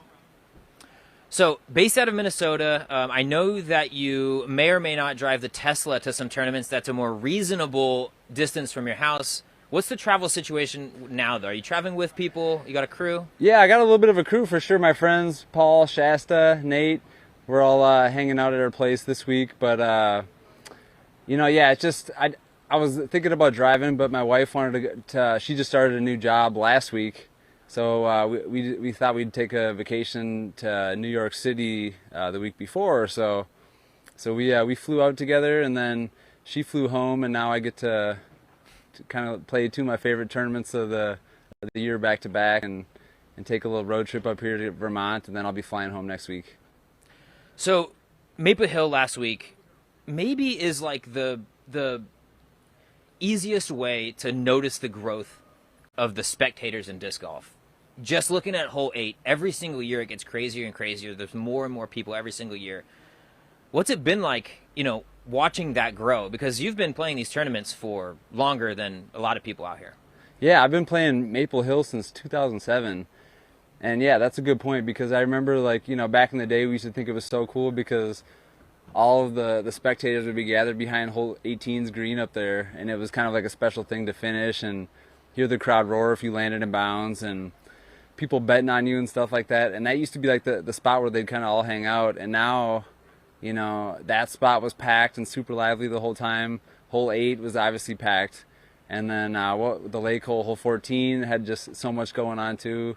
I mean, every single week, we're signing more and more autographs, just trying to interact and let everyone know how grateful we are that the sport is coming to this, because obviously this is the future and where it's headed, and we're starting to see it's very viable. So it's, what an amazing time to be in the game, huh? No question. And you're maybe even more in the game than most, considering the preserve and everything that entails. Could you talk a little bit about the experience of TDing that tournament? Now we're a couple months out, so maybe a wide range of perspective. All the chips have settled. What was that experience like, and not playing? You play most of the events. Yeah, I mean, first off, it was definitely tough not to play, but just decided it was probably the best thing to do for my sanity and for the success of the event, which is obviously of paramount importance. I probably wouldn't have been focused enough to win the tournament. So I figured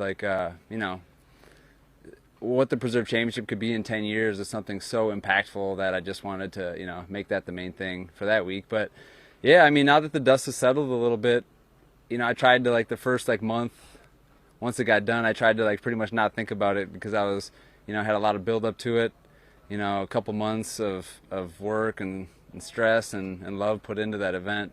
So, but yeah, since, now that I've had some time to dwell on it, I think it was a great success. I really think the players had a great time. I think that the spectators that were there in person had a really good time. I wanted to make it, a true fan sports experience, because I've been growing up around sports my whole life, and I really had countless people come up and say that it was the most fun that they had all summer to come and watch, and just to understand that the tournaments now, when I used to run tournaments 10 years ago, everything was so simple in hindsight. Now having to think about not just the design of the course, but the design of where the spectators are going to be. There's just so many different layers now, and it's just so fun and intricate. And yeah, I'm very happy to be a part of the Pro Tour. It's a little bit of a bummer that I've had to sacrifice a little bit of my playing part of the tour, because a couple of the events leading up, like Des Moines, which is pretty much my backyard, D-Glow, which is very close, there's some events that I can't play right before the event just because there's too much going on. So I've had to sacrifice a little bit, but I think moving forward, as I understand it a little bit more, I'll be able to have the team in place and be able to do a little bit more competitively moving forward too. So yeah, is that because I feel like everybody is going to come to reckon with that at some point, right? Is what is the next avenue for me to spend all of your time and life on? Do you see yourself moving towards, TDing that event and being responsible for the holistic health of it? And rather than focusing so much on your play, I mean, you're dominant now still. But. Well, I mean, it's right now I juggle a lot already. So it's nothing new for me to, obviously competitive disc golf is why I can do other things business wise. So, for me, competing is still the main thing. All right, my goal is to be as good as I can be, and then I do a lot of other stuff business wise with the design, with Airborne, with the Preserve. But I mean, it's all just a part of disc golf, and I love every aspect of it. And with the Preserve, it takes a ton of work, but I take pride in being out there and getting my hands dirty and jumping on the mower, doing whatever needs to be done out there. It takes a lot of time, but it's work that I enjoy doing. It kind of keeps me sane. And so, yeah, I think moving forward, I don't know if I answered your question, but moving forward, I definitely, I want to open more preserves. So I want to find a place in Minnesota, especially, that's like a little bit more off the beaten path, somewhere a little bit more seasonal, something that'll probably be only like a 3 or 4 month spot, but some place that's kind of like off the beaten path, a little bit more of a retreat. The preserve is awesome and we'll always have it, but I like being up in the Northwoods. Wow, that's actually cool to hear. I mean, almost like a preserve franchising scenario with a lot of them in the area. That could be really awesome. This is a question phoned in by my friend and yours, Mr. UDisc Dan Reynoso. You are freshly on the the UDisc World Rankings, the dominance index, and you're 13th. It's about time, Dan, Matt. 13th. Incredible rating. Are you paying attention to stuff like that? Does that factor into like, oh, I got to get top 10, I got to get top 5? No, well, I don't really think about that like tournament to tournament, but yeah, it's definitely something I've noticed. Like when you click on my name for UDisc, there's nothing there, and every single other player in the top 100 has got their little ranking next to them. But yeah, I get, again, like with what's been going on the last couple of years, I haven't been able to play as much, so I understand it. But yeah, it's seeing people that I beat pretty regularly and with some high rankings is a little tough to swallow sometimes. But yeah, opening up with 13, I think with a strong top 5 finish here, maybe jump up in the top 10, that'd be awesome. But no, it's good to finally make the list. You just thank you. I know, finally treating the Minnesota boy right. We've got the Tour Championship coming up at the end of the year, something that a lot of the players have their minds set on, or their eyes set on. Is that something that you're focused on? We've got one event left. You have your eyes set on that at all? Absolutely, yeah. Like with how big the Pro Tour has gotten, and then the finals have gotten so huge. Obviously, last year it was just a spectacle. So yeah, it's something that's very important to me. It wasn't something that I could just, I just couldn't make it to more events this year. But luckily I had I almost won Waco at the beginning, so that got me some good points. So I was kind of like surviving for a while, but then I just missed too many. And I think I was in like 50th before Maple, so getting whatever I got last week, I think I got 12th place. So I think I'm 2 spots out of the top 32 now. So yeah, that's definitely something I'm thinking about. I would love to travel down to Charlotte in a few weeks because, once you get down there, anything can happen. And I love playing in the woods. So I think getting a top 10 this week would definitely ensure that I get down to Charlotte. Yeah, I was talking to Chandler Fry yesterday, who is literally 32nd. So Chandler's toast, watch out. Sounds like you know who your targets are for the weekend. Any expectations for this week, though, for your play? Where's your mindset? Are you just focused on every shot right in front of you? No, I mean, yes, in the moment, yes. But no, I have great feelings about this place. I've been coming here for many years. I truly love Brewster. I truly love Fox. Both courses suit my game well, especially Brewster, I think. I just love playing in the woods. There's added elevation, discipline that, I feel like I can compete with anybody on that track. So, yeah, I have really good feelings about this place. I've had, a couple top 5 finishes in the past. And, especially coming off, playing the last few weeks, I haven't been able to play as much, but now I'm kind of in a rhythm a couple weeks in, and I feel really good about it for sure. I got high hopes. Awesome. Well, we've all got high hopes for you, too. 34th place. You need 2 spots to jump in that Tour Championship. Who's in 33rd? I can't even... And I know Chandler's... Go to the list. I don't have it on me. We're going to look off whoever they are, they better watch out. I'm coming. All right. Well, hey, Cale's coming for you, whoever you are. Cale, that's all the time I've got for you for this press conference. So, again, appreciate your time so much. This has been Cale Leiviska. Thanks, Corey.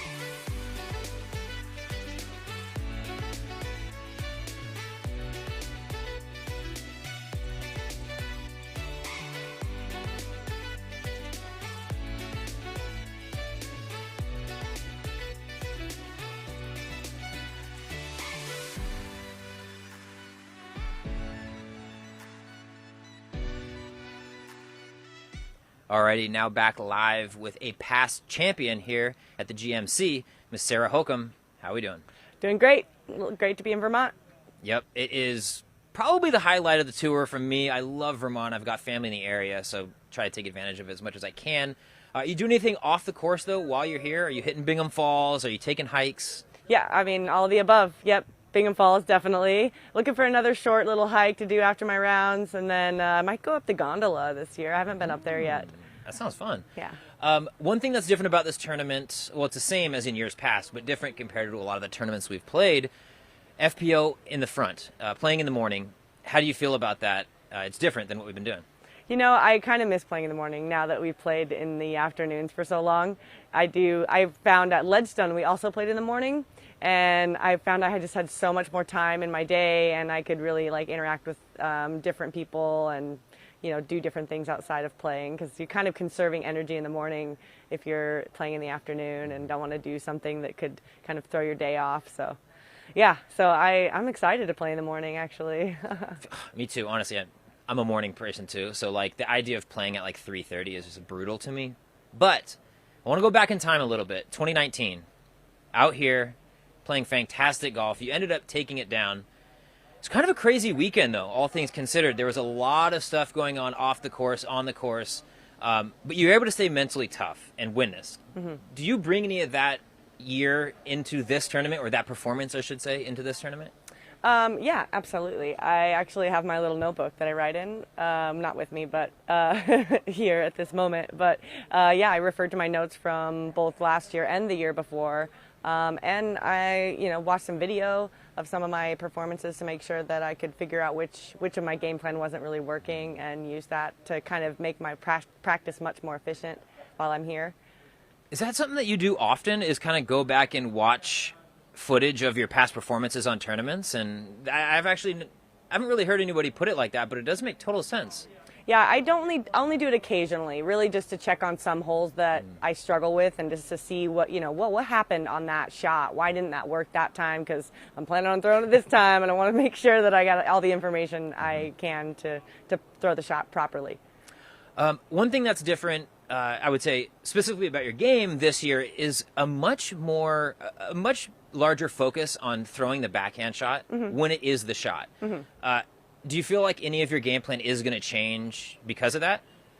I have actually been I've been throwing the backhand for a while, especially out here, because there's a lot of holes that really call for it. I'm still not busting it out much in the woods. Just hitting gaps with it. It still makes me really nervous. So I do throw it for shorter shots, though, like just inside 200. So I am making sure I challenge myself to throw those kind of touchy finesse shots backhand, because that a lot of times it just makes sense. I want to make sure I'm close to the pin when I'm putting on the green. So yeah, but I'm only really throwing 2 shots out here backhand off the tee. Hole 13 over on Fox and hole 17 on Fox. Sure. Both of those are, they're pretty simple hyzers that the sidearm is just kind of a wicked hard shot, like so much harder. I even threw on 17 one year. I even threw a roller off the tee and not even to get to the pin, just to lay up. I've thrown like mid-ranges sidearm off the tee. It's too much to try to force it.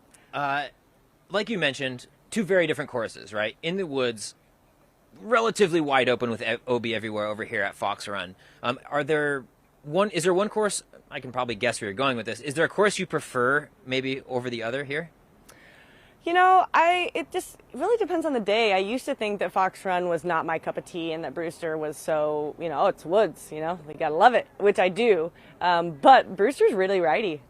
There's maybe like 4 holes and they're distinct holes that favor this sidearm. But there's really only 4 that like are a must sidearm. But I'm throwing a lot of turnovers out there at Brewster, and hitting gaps with turnovers. So, and playing for par on some holes. So yeah, I think when it comes to the contrast between the courses, as long as I'm having a good driving day and the wind isn't super crazy out at Fox Run, it's actually where I make up a lot of strokes because of my conservative game plan out there. Down here, it's really hard to get birdies. You have to really be on. And, you can't I feel like down here there's less score separation for some reason, probably because there's less OB. and less wind and stuff. You can have bad rounds down there and be a few over par and get too many bogeys and not get enough birdies.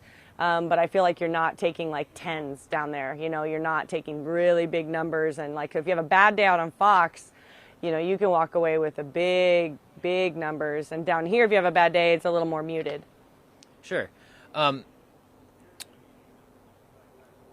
Your play last week was solid. You were on chase card in that final round. I think it fell a couple of spots in that final round. Mm-hmm. But it appears to me that the elbow injury is a thing of the past. It doesn't at least seem to be affecting your play. How you been feeling physically? I've been feeling pretty good, especially, you know, towards the end of the season. All the nagging injuries kind of pop to the surface, and they're there because you're just not getting rest time. So I definitely it wasn't really actually my elbow. It was like my whole arm was numb. It wasn't like an elbow injury earlier in the year, just to kind of let you know. But that has not come back, thankfully. I still have just, you know, nagging knee and little things, but I think, you know, pretty much everybody does at this point. So it's just managing that situation and doing the best you can. But overall, my body, I feel pretty good. You know, I really, you know, considering all things. Yeah, and I feel like out here I just get a little energized from this mountain air, and I'm in really comfortable lodging, and I'm just excited to enjoy what Vermont has to offer. Yeah, and hopefully it has to offer some DGPT points, because we are coming up on a few points-related events. Match play next week, and then the Tour Championship down at the end of the year. Are the points, are you tracking those? Are you paying attention? Or are you kind of just, you're in, you know you're in, and let the chips settle? Well, before the match play stuff happened, before they made the decision on what players were playing that, I was kind of keeping track because I had missed a few events in the beginning of the year, so my points were lower than they would normally be, and I needed to make sure that I got in some good tournaments to see if I can get up into that top 8. So after I accomplished that, I was like, I hadn't really looked for a couple weeks, but I did look last week, and I'm right on the 4th spot in the points. So, and there's a couple people right on my tail. So basically I need to perform well this week to ensure that I get that bye to the semis instead of having to play in from one of the lower qualifying numbers. So yeah, so it does. I was looking at it like most of the year, trying to get into that match play. Not that I don't know if it matters really. Like if I know where I'm at or not, like, does that really motivate you? I think so, maybe a little bit. Well, let's talk about the match play a little bit.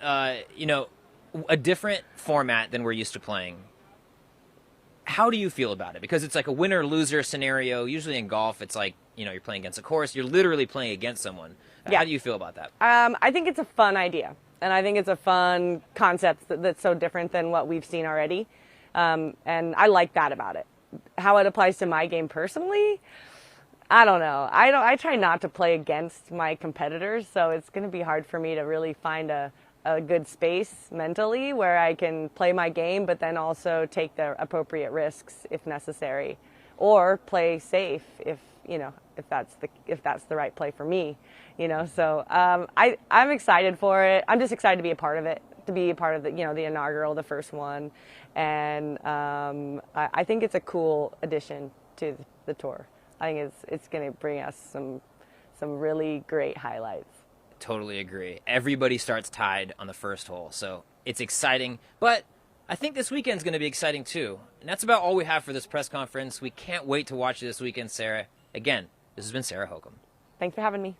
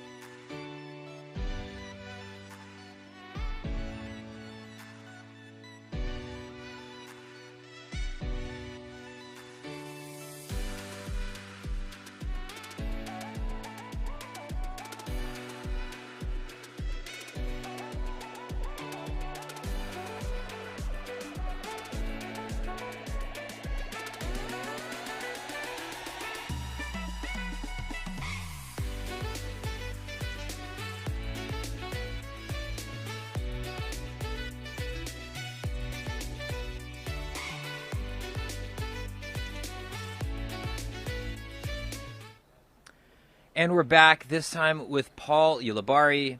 We're in Vermont, Paul. How you doing? I'm great. It's beautiful. Glad to be here. Yep. And I'm sure you probably have a little bit of a glow because you're coming off a birthday. How was the celebration? How was the day? Tell me about it. Yeah, we had a nice little party last night. Bunch of friends, bunch of teammates kind of got together, and we had a little fun, and back to work today. So. Speaking of back to work, we are here at the tournament. If you got enough practice rounds in, it's 2 courses. We didn't have a big turnaround coming in. Yeah, I think I got 2 on both. Actually, I got 3 on Brewster, 2 on Fox, so I definitely got the practice in. Is there one that maybe you're feeling a little bit more comfortable about scoring in, or one that you're maybe looking to attack at? No, I think that's the thing. This place, I enjoy both probably equally. And I've scored very well at both in the past, so it all depends on day of kind of how you're feeling, whether you're in the mood for woods golf or the wide open. But I mean, these styles definitely suit my game. For sure. We're here in Vermont though, and it is, my opinion, my favorite stop on the tour.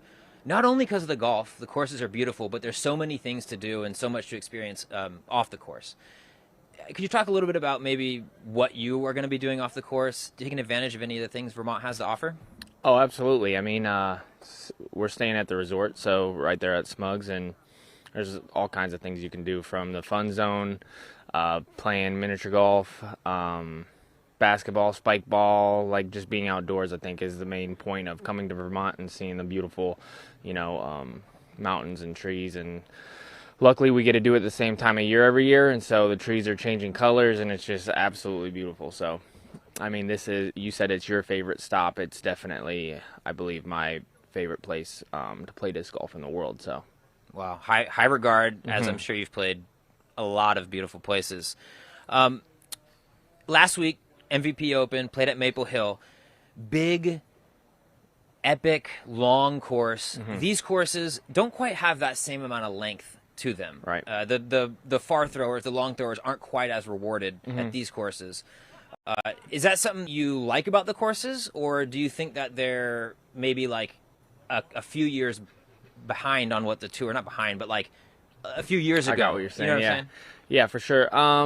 No, I don't think so. I think the main thing that I look for in course design is to make sure that all shots are getting punished that are bad shots. I don't care how far they are or how short they are. If you throw a bad shot, I'd like to see that person get punished for the bad shot. And these courses are so well designed that if you throw any shot, whether it be 500 feet or 400 feet, and it's a bad or off course, like, you're getting punished. Lots of out of bounds on Fox Run, lots of trees at Brewster. So with that being said, I think these are probably way above their times, Sure. Up compared to a lot of the traditional ball golf venues that we've been playing this year. So yeah, definitely tournament directors take notes, because this place is probably the best place that we play all year. High regards. Speaking of the person in charge of maybe making this vision happen, Jeff Spring, DGPT CEO and tour director, had his hand heavily influence the way that Fox Run and Brewster play. Do you think that maybe his perspective on golf out here lends itself well to what he's doing now? He's overseeing a lot of the courses out there on tour and making sure everything's up to snuff. Do you feel like we're going to be able to push more towards what you were saying, like fair but punishing the bad shots? I mean, I hope so. I think the answer to that is, as disc golf grows, I think tournament directors and tournament staff and everything should grow with that. The players are getting better, so obviously you need to challenge them with different things, but length I don't think is the answer. I don't think it's the answer to really anything, unless, like, I am a big supporter of big courses. As long as a 500-foot bad shot gets punished the same as a 400-foot shot, which I don't think happens a lot. So I think Jeff's doing a good job, if that answers the question. Sure. Pushing in the right direction, yes. At least. Let's talk about points. Last event of the season, or last DGPT event of the season, excuse me. We're going to the match play, and then the Tour Championship after that at the end of the season. Are those two events that you've had your mind on? Have you been thinking about those at all, or are you just kind of like going with the flow? No, absolutely. So before, I believe it was Ledgestone, I think I just needed like a 35th place finish at either Ledgestone or Idlewild to make the match play, and I got 77th and 65th. I missed cash in both of them, back-to-back tournaments. This is the first time I've missed cash in like 10 years, and then back-to-back. So after that, I just had to like kind of get back to the go back to school and learn, basically relearn everything, because that had never happened to me. So now I'm not thinking about no points, no nothing. I'm trying to just kind of rebuild my game and get some sort of confidence back. Beautiful. Well, how is your game feeling right now? It's good. I had some breakthroughs in Delaware. I made second card, and then Vibra made second card going the last rounds. Both of them completely flopped in the final round. But the fact that I'm there and competing, that is it's better than missing cash for sure. Could you maybe like extrapolate on the breakthrough that you had? Was it like, oh, my wrist should be a degree up, or was it a mental thing that you got? No, it was a lot of things. Like I've been working on some different parts of my game. Had my bag stolen. I mean, it was like kind of like a snowball effect of bad things that kept happening, and when that happens, sometimes your mental game then goes with it, and so yeah, it's snowball of. In order for me to miss cash, I really feel like a lot of bad things have to happen in a row, and that's what happened. And it doesn't take much for us to rebuild, but sometimes you definitely have to do it. And nowadays, like back in the day, 10 years ago, I could play bad for a whole tournament, and I'm not going to miss cash ever. But the talent these days is so high that if you play bad, like you're going to be down, around that cash line. Alrighty, well, hey, I think that's about all we have for this presser. We are looking for you to get a good finish this weekend, though. Get well above that cash line. Again, this has been Paul Ulibarri. Thanks, guys.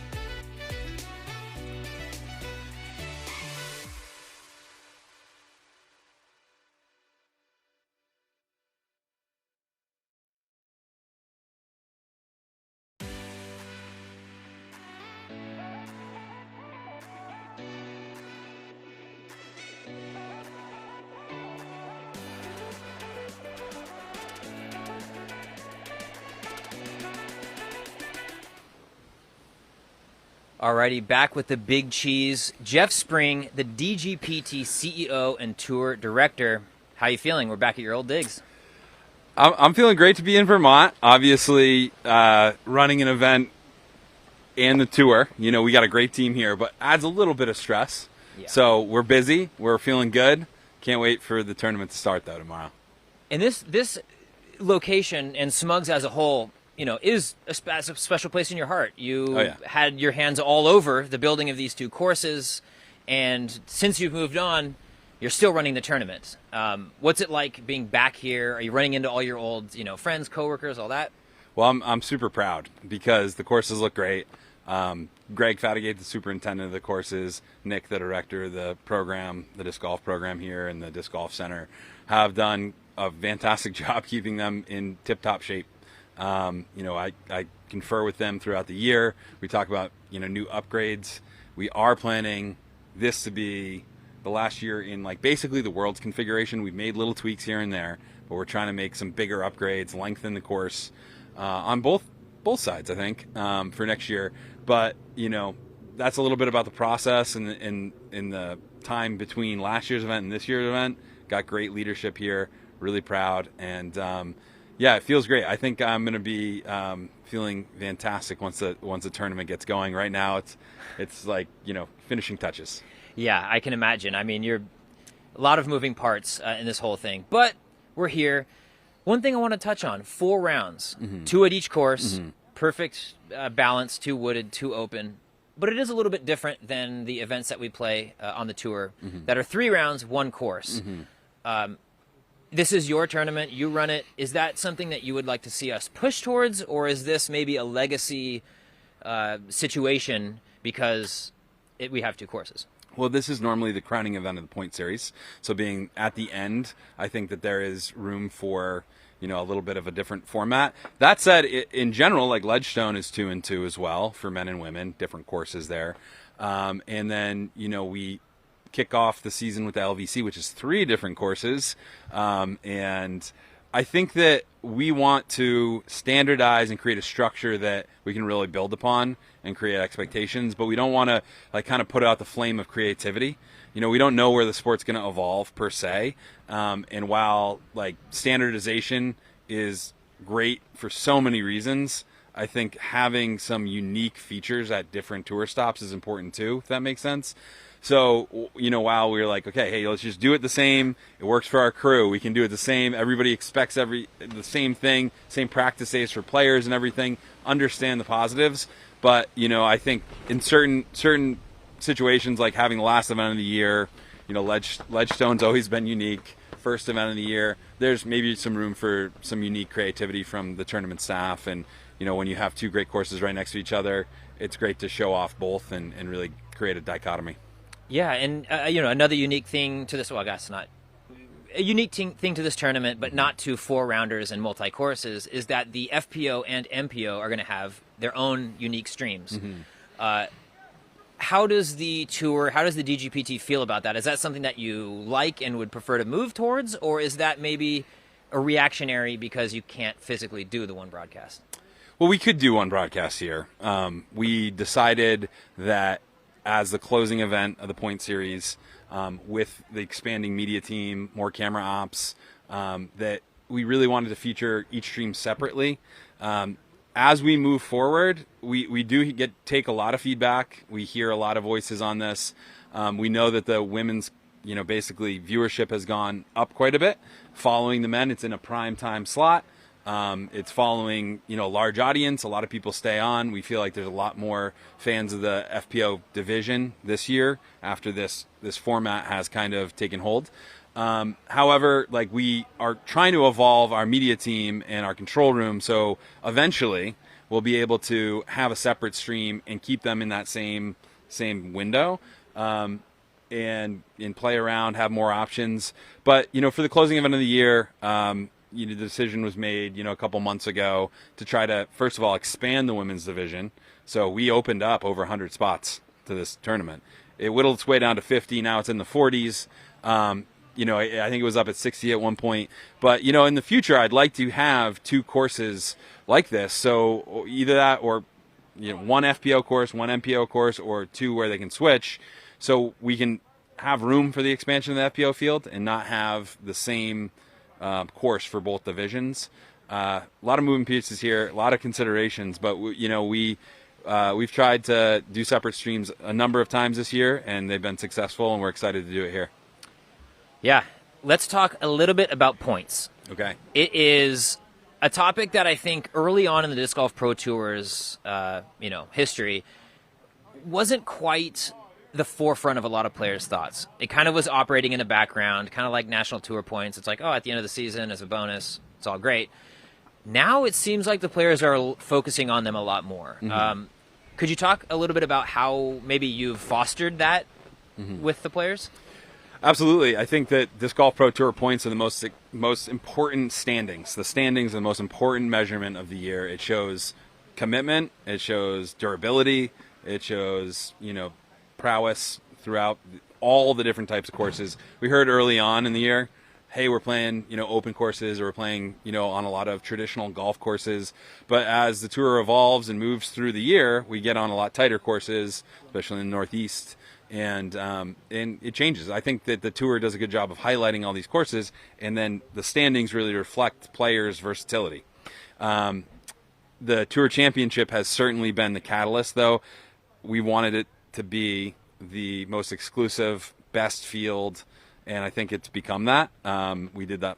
We broke a record for the highest purse of all time last year, 132,000, 116,000 out of cash. We're getting ready to debut what it's going to be this year, which will come soon, but it's going to be higher. And we hoped, it looks like we'll break the record. We hoped that it will break the record of the PDGA's Pro Worlds from this year, which was astounding. It's 170,000. Awesome job by them. And I think that because of that, and because of the feature on ESPN that's already scheduled, players see that as an important barometer of their play throughout the year.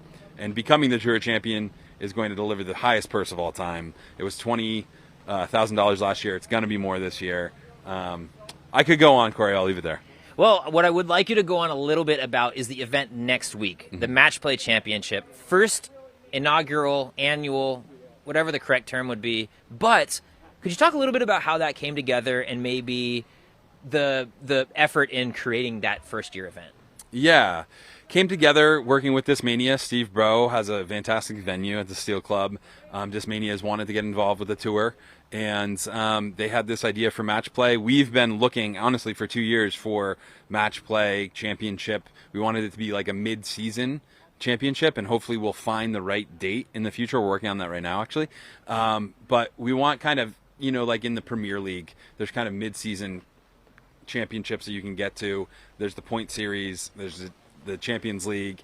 So kind of sprinkling in like these important large purses throughout the year is an idea that we had, and kind of a little bit of a points race to get into Match Play partway through the year and then move into the second half of the season. That's kind of the vision. Steve Bro jumped right on that and said, hey, we've got a great venue, a great course for this. So it came together over the course of about a year, trying to find the right fit in the right place. And actually, we were looking at that as potentially a Silver Series. We were looking at that potentially as an Elite Series venue. But then, it kind of came down to it, and he pitched Match Play at the same time that I was looking for a Match Play venue. So it really kind of stars aligned on that one. Perfect. Well, I can't wait to see how that all plays out after this weekend, which is going to be obviously my favorite weekend of golf throughout the year because I love being up here and I appreciate you even having me up here. But that's all we have for this press conference, Jeff. I appreciate your time. Again, this has been Jeff Spring. All right. Thanks, Corey.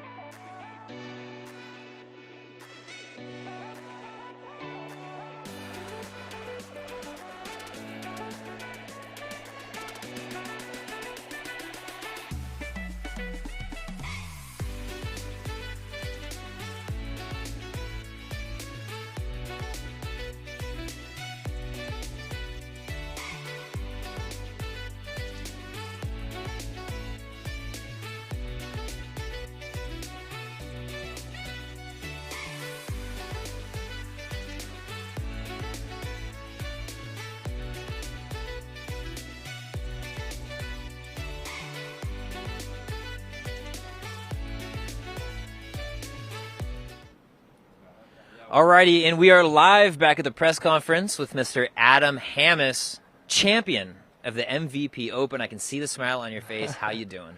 I'm doing great. It's been a fun week, just taking it all in from last week. Bunch of love, messages, family. It's just the support's been overwhelming. A lot going through my mind right now, but gotta be ready for this one this week. We're out here at Vermont, beautiful course, two beautiful courses, probably two of the best in the world. And practice has been smooth, throwing the disc nice. So. What was the evening plans? And you don't have to go into too much detail, but what were the evening plans the night after taking down that championship? So I had to wait around for Kat to win her title as well. So we both jumped in the pond. I think after that, we just went back to Nick Carl's house and we packed up and I took a shower and then we drove up here and we got in here about 12:30. So nothing too crazy. I kind of wish we could have had a little fun, but. No, nothing too crazy. Just had to get back up here, get ready for this one because, 2 courses, 3 days of practice, try to get as many reps in as possible. Yeah, keeping it professional. And how is the game feeling, though? I would imagine it's feeling good considering you just had a fantastic week of golf. But how are you feeling at these courses? A little smaller, or a little shorter, I should say. Yep. Not quite as many big booms. I feel really good at Brewster. Woodage, similar to Maple Hill. A lot of the same, scenery. I think, I get the same kind of vibe I do as I will at Maple Hill at Brewster. So feeling good there. I think I shot 11 under bogey free day in practice against Gannon Burr. So definitely throwing the disc still as good as I was last week. Feeling great. Got my reps in on Fox. Love it. So you've taken titles at, maybe 2 of the most iconic disc golf courses in the United States this year. De La over at Masters Cup, Maple Hill MVP. What are other courses, or are there any courses that you have on your bucket list that you'd like to win a tournament at? I'd like to win the USCGC at Winthrop. Winthrop Gold is, one of my probably easily top 5 favorite courses in the world. It's very sidearm friendly. I can attack, with confidence out there. I think if I were to win a major, it would be the USCGC first. So I definitely got that one on the radar coming. Perfect. Bringing us back out here to Brewster and Fox, these courses, they tend to be, in my opinion, almost punitive to the really, really long throwers, the people that pride themselves on the distance, because you can get yourself in a little bit of trouble, especially over here at Fox. The OB landing zones are at 400, not 500, like a lot of the ball golf courses. How do you maybe change your style of play at a course like this that isn't maybe just blast it and deal with it later? Not so much on Brewster. I think, the shots are pretty straightforward. I think I can execute all of them. There's not too many, landing zones that are, harder to reach than others and may punish you. But on Fox Run, there definitely is, the par 5, hole 7. I think I'll probably be, laying up short of the ditch and off the tees. Mainly just so I don't have to throw that, 400 to 500 foot, hard, straight. It's a tough shot. You got to land it in a pretty small landing zone. So there's definitely a couple areas on Fox that I will, take a step back off the tee and then, play from there, which I think is, pretty solid. Yeah, it's golf, right? Point series. You just had a healthy dose of points into the standings. Is that something that you've been following along with? Do you know where you're at? Are you looking forward to the Match Play Championship next week? I follow along with the Pro Tour points quite a bit. I think my goal is to just stay in the top 8 for the whole season. I kind of squiggled out of the top 8, in the last month, and got it back at Maple Hill. So super good confidence booster, coming in the last few events of the year, and then I think. Yeah. How is your motivation factor this week? You've said just nose of the grindstone, keep it going, but it is a very small list of people who can start ringing them up back to back. I think Paul, Rick, Eagle at times. That's almost the toughest thing to do, is to follow up a win with another quality performance. Coming off a Masters Cup win, I went into the Portland Open and I didn't perform as good. We went from a really, tight, wooded small course to a wide open. We have 1,000-foot par 4s out there, so completely different change of pace. I wasn't quite ready for it at that time. I think coming from Maple to here is very similar golf, so I think I'll do a little bit better. I'm still coming into this tournament with no expectations. I'm not coming in like, I won last week, I got to win this week too. Winning this week would be great, but no expectations. Just kind of play smooth, play my game, throw the disc how I have been, and I think good things will happen. Yeah, totally. I want to talk a little bit about your relationship with Jeff Corns. It's been 2 years now, I believe, that you guys have been traveling. So we were supposed to travel together in 2020, but COVID was the issue. So he kind of was like, well, it's probably not worth it for me to go on the road and I kind of just toured around around the country with AB in my car. So we kind of just had to make the best of it that year. But this year, yeah, we've been on the road full time, so it's been a good time. Yeah, and I was putting together sights and sounds today, and I have the slow-mo shot of you winning and Jeff walking up and you guys embracing. It really felt like, we did this thing. Do you find that it is a team effort in that regard? Touring can be very grinding, and it could be nice to have a duo in that regard. Yes, I mean, obviously disc golf is completely individual. It comes down to you and yourself on every shot, and you got to execute and win the tournaments yourself. But when you have a team like Team Discraft, and then you have, supporters like Jeff who, almost take care of me on the road, and just have people there supporting you at all times, it really helps. Just like, it almost is a team. It almost is like a team of people, working to, achieve something. And, yeah, my relationship with Jeff is really good. We do a lot of cool stuff, and he pushes me. He pushes me, to a place I've never been. So that was an obvious reason for me to go on the road with him when I, had the opportunity to. So, yeah, things have been great. Yeah, you still my game. Yeah, you just mentioned pushing to a place that you've never been, and I think that resonates well because you're playing at a level that maybe you've had in you, but we haven't seen necessarily come out and string them together round after round. Yeah. Where do you go from here? Where is the end line? I don't know. I don't think I've reached my ceiling yet. I think I got a lot more to lay down out there. Yeah, I know. I don't like to think too much about the future and stuff like that. But with how things are going, I like where I'm at. I think good things are going to keep continuing. Obviously winning big tournaments is a huge motivation. I want to work harder now. I want to be able to string them together like the greats have done. So. Yeah, just take it smooth, take it one turn at a time, one round at a time, one shot at a time. That's how I like to, keep it in my head. So, yeah. Alrighty, well, hey, take it one shot at a time this whole weekend, and we're looking for a great performance out of you. That is all we have for this presser. Again, this has been Adam Hammes. All right, thank you guys so much.